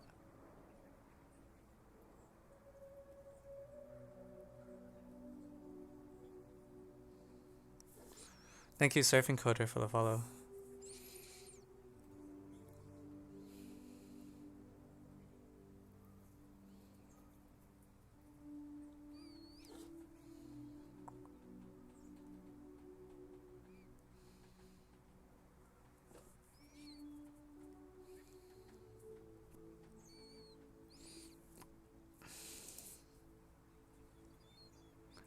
Wait, what is epsilon? Is it like...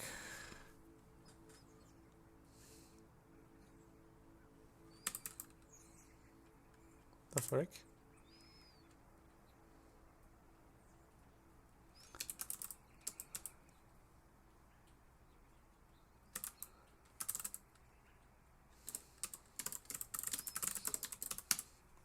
What is epsilon here? Just right. Okay. Okay, we'll do that.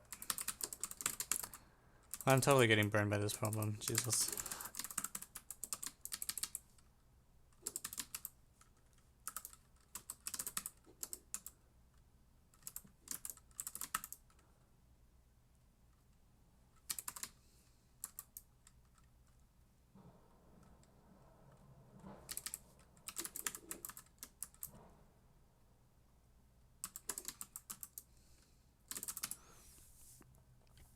Okay, so we have this, and then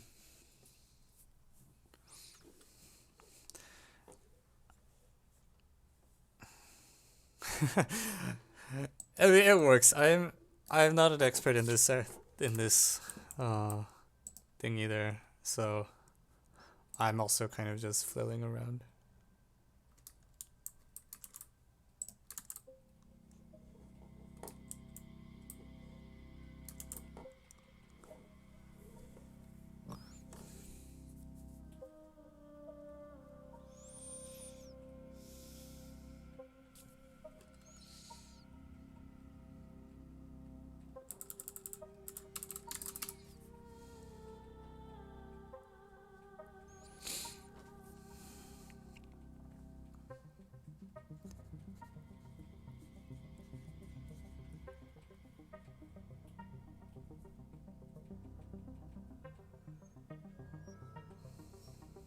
Okay, and now that I have this,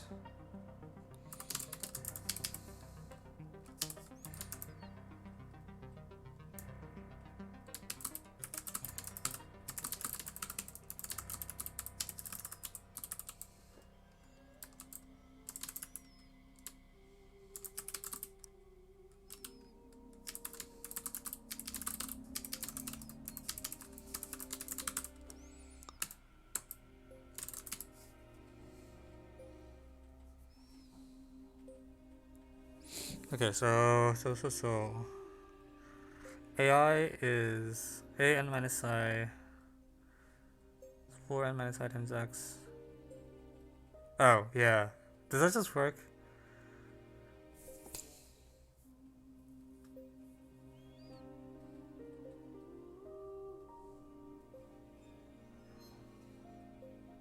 Okay. I'm reminding you. Do drop.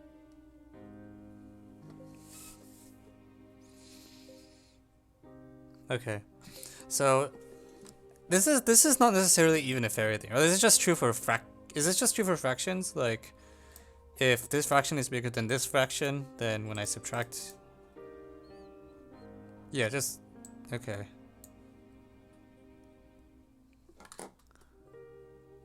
Yeah, so I don't even need to quote fairy for this. This is just true for fractions, period. And the same thing here.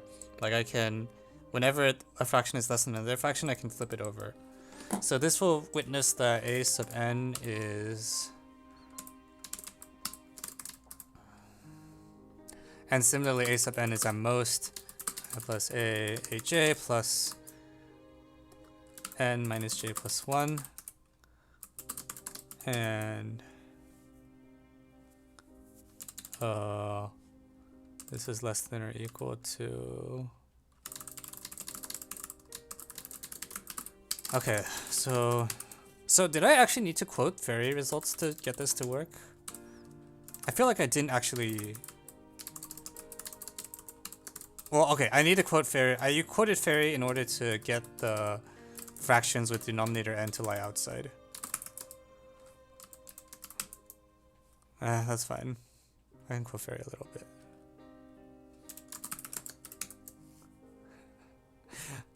Fairy is a little stronger. Like it tells you like the median is like actually this first fraction in between.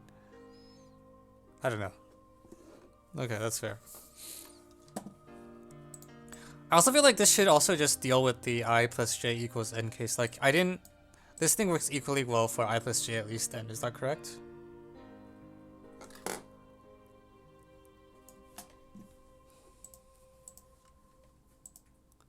Well, okay, if I plus j is equal to n... No, sorry, that's false. If I plus j is equal to n, then these two fractions lie inside, and then you refine the interval by setting x equal to... Okay. Okay, never mind, sorry, I misspoke. By setting x equal to...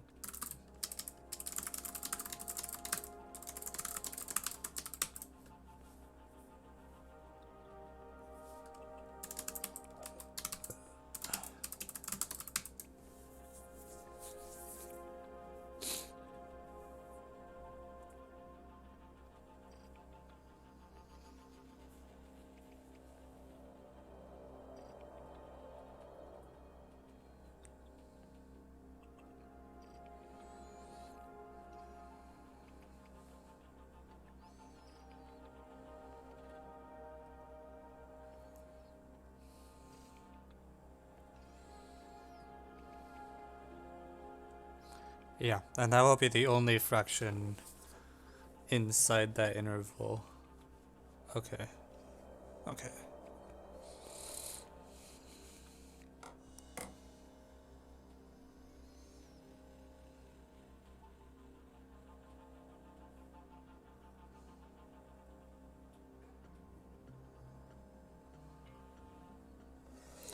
So the an is equal to...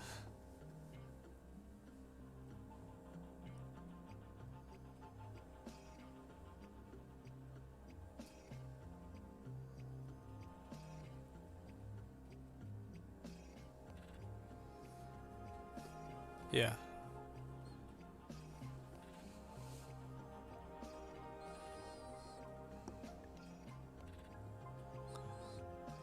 Doesn't refine this one. Doesn't the fairy promise that this is the only fraction that lies inside there?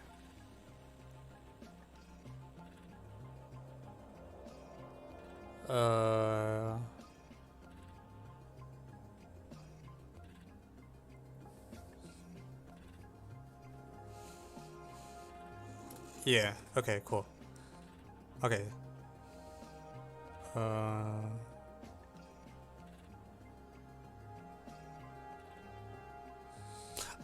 Oh, sorry. You're correct. You're correct. I want to show AI doesn't break. So I need to show that, oh, this problem takes forever.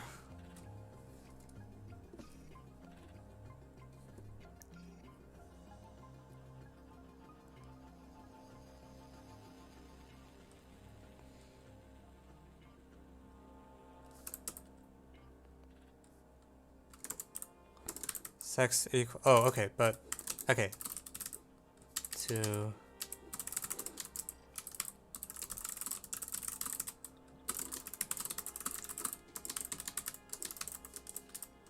Rigid. For Kaiko.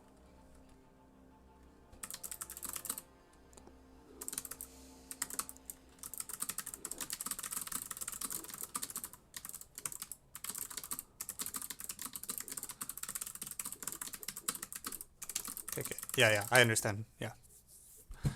Okay. Oh, geez, fairy.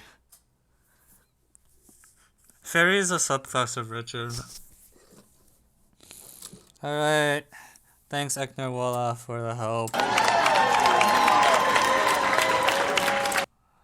Man, that took... I was dragging myself through the problem. What a mess. Okay, we did it.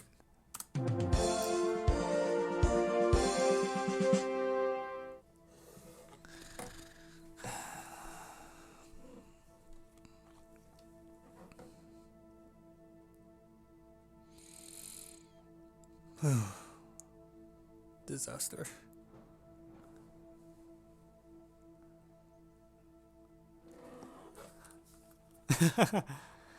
From CV was that? What Mo's? Same as medium. I feel like the problem... I've said this before. Like, it was it's a kind of problem where I think nothing in the solution is surprising. Like, the solution is what you expect and you have to work with the details. The problems that are the scariest to me are the problems where the solution isn't even along the lines of what you expect. Things like TSTST 2019-3 about cars or something like that.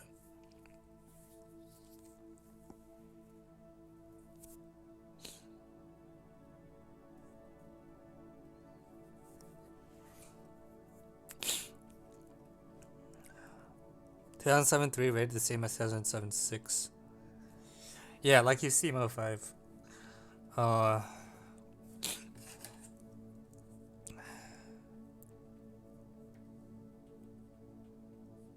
Yeah.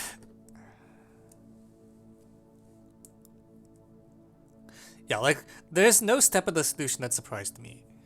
And I think problems where no step of the solution surprises you, I tend to rate lower in difficulty. Yeah.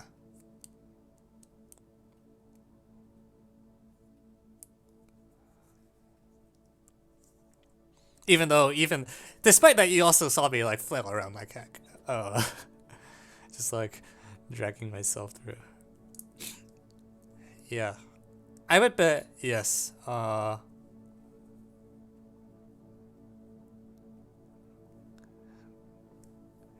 Yeah, like math contests, the set of things that people are considered to know from math contests has kind of exploded, started around the early 2000s. Thank you, AWR, for the follow.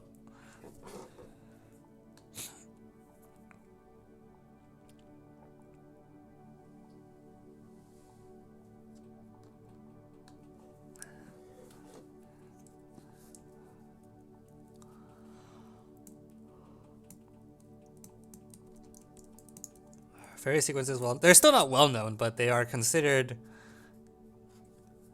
known. In the sense that you would also not be surprised if someone told you that they've seen like this fairy thing before. Competitive programming as well, huh? I'm not surprised. It's all because of the internet. Like, people are better connected, and when people are better connected, knowledge spreads faster.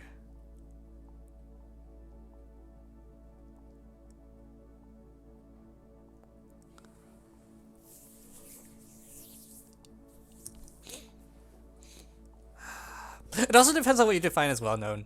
Like, people will, in math contest community, people use well-known in two senses.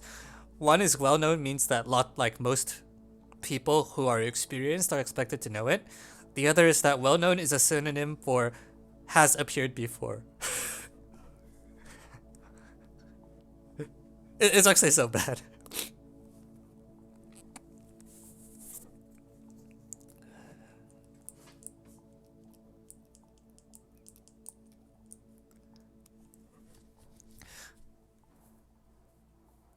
Yeah, also can be stay without proof in your solution. This sounds about right.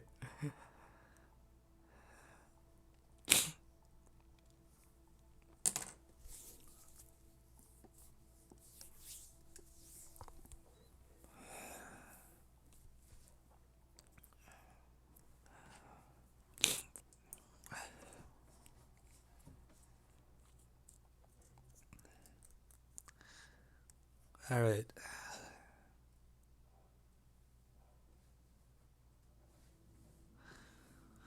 Okay, I'm gonna choose fairy fractions. I'm gonna call it a day. Special stream today.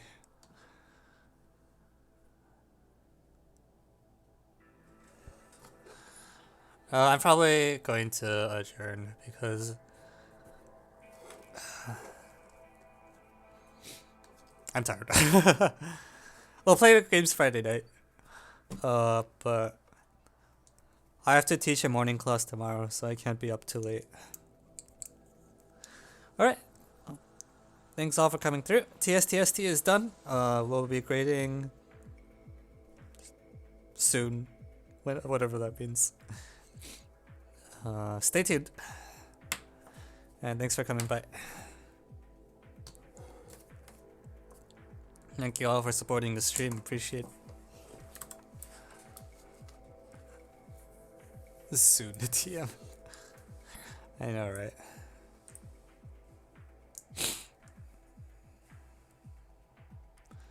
First time watching the credits. Nice.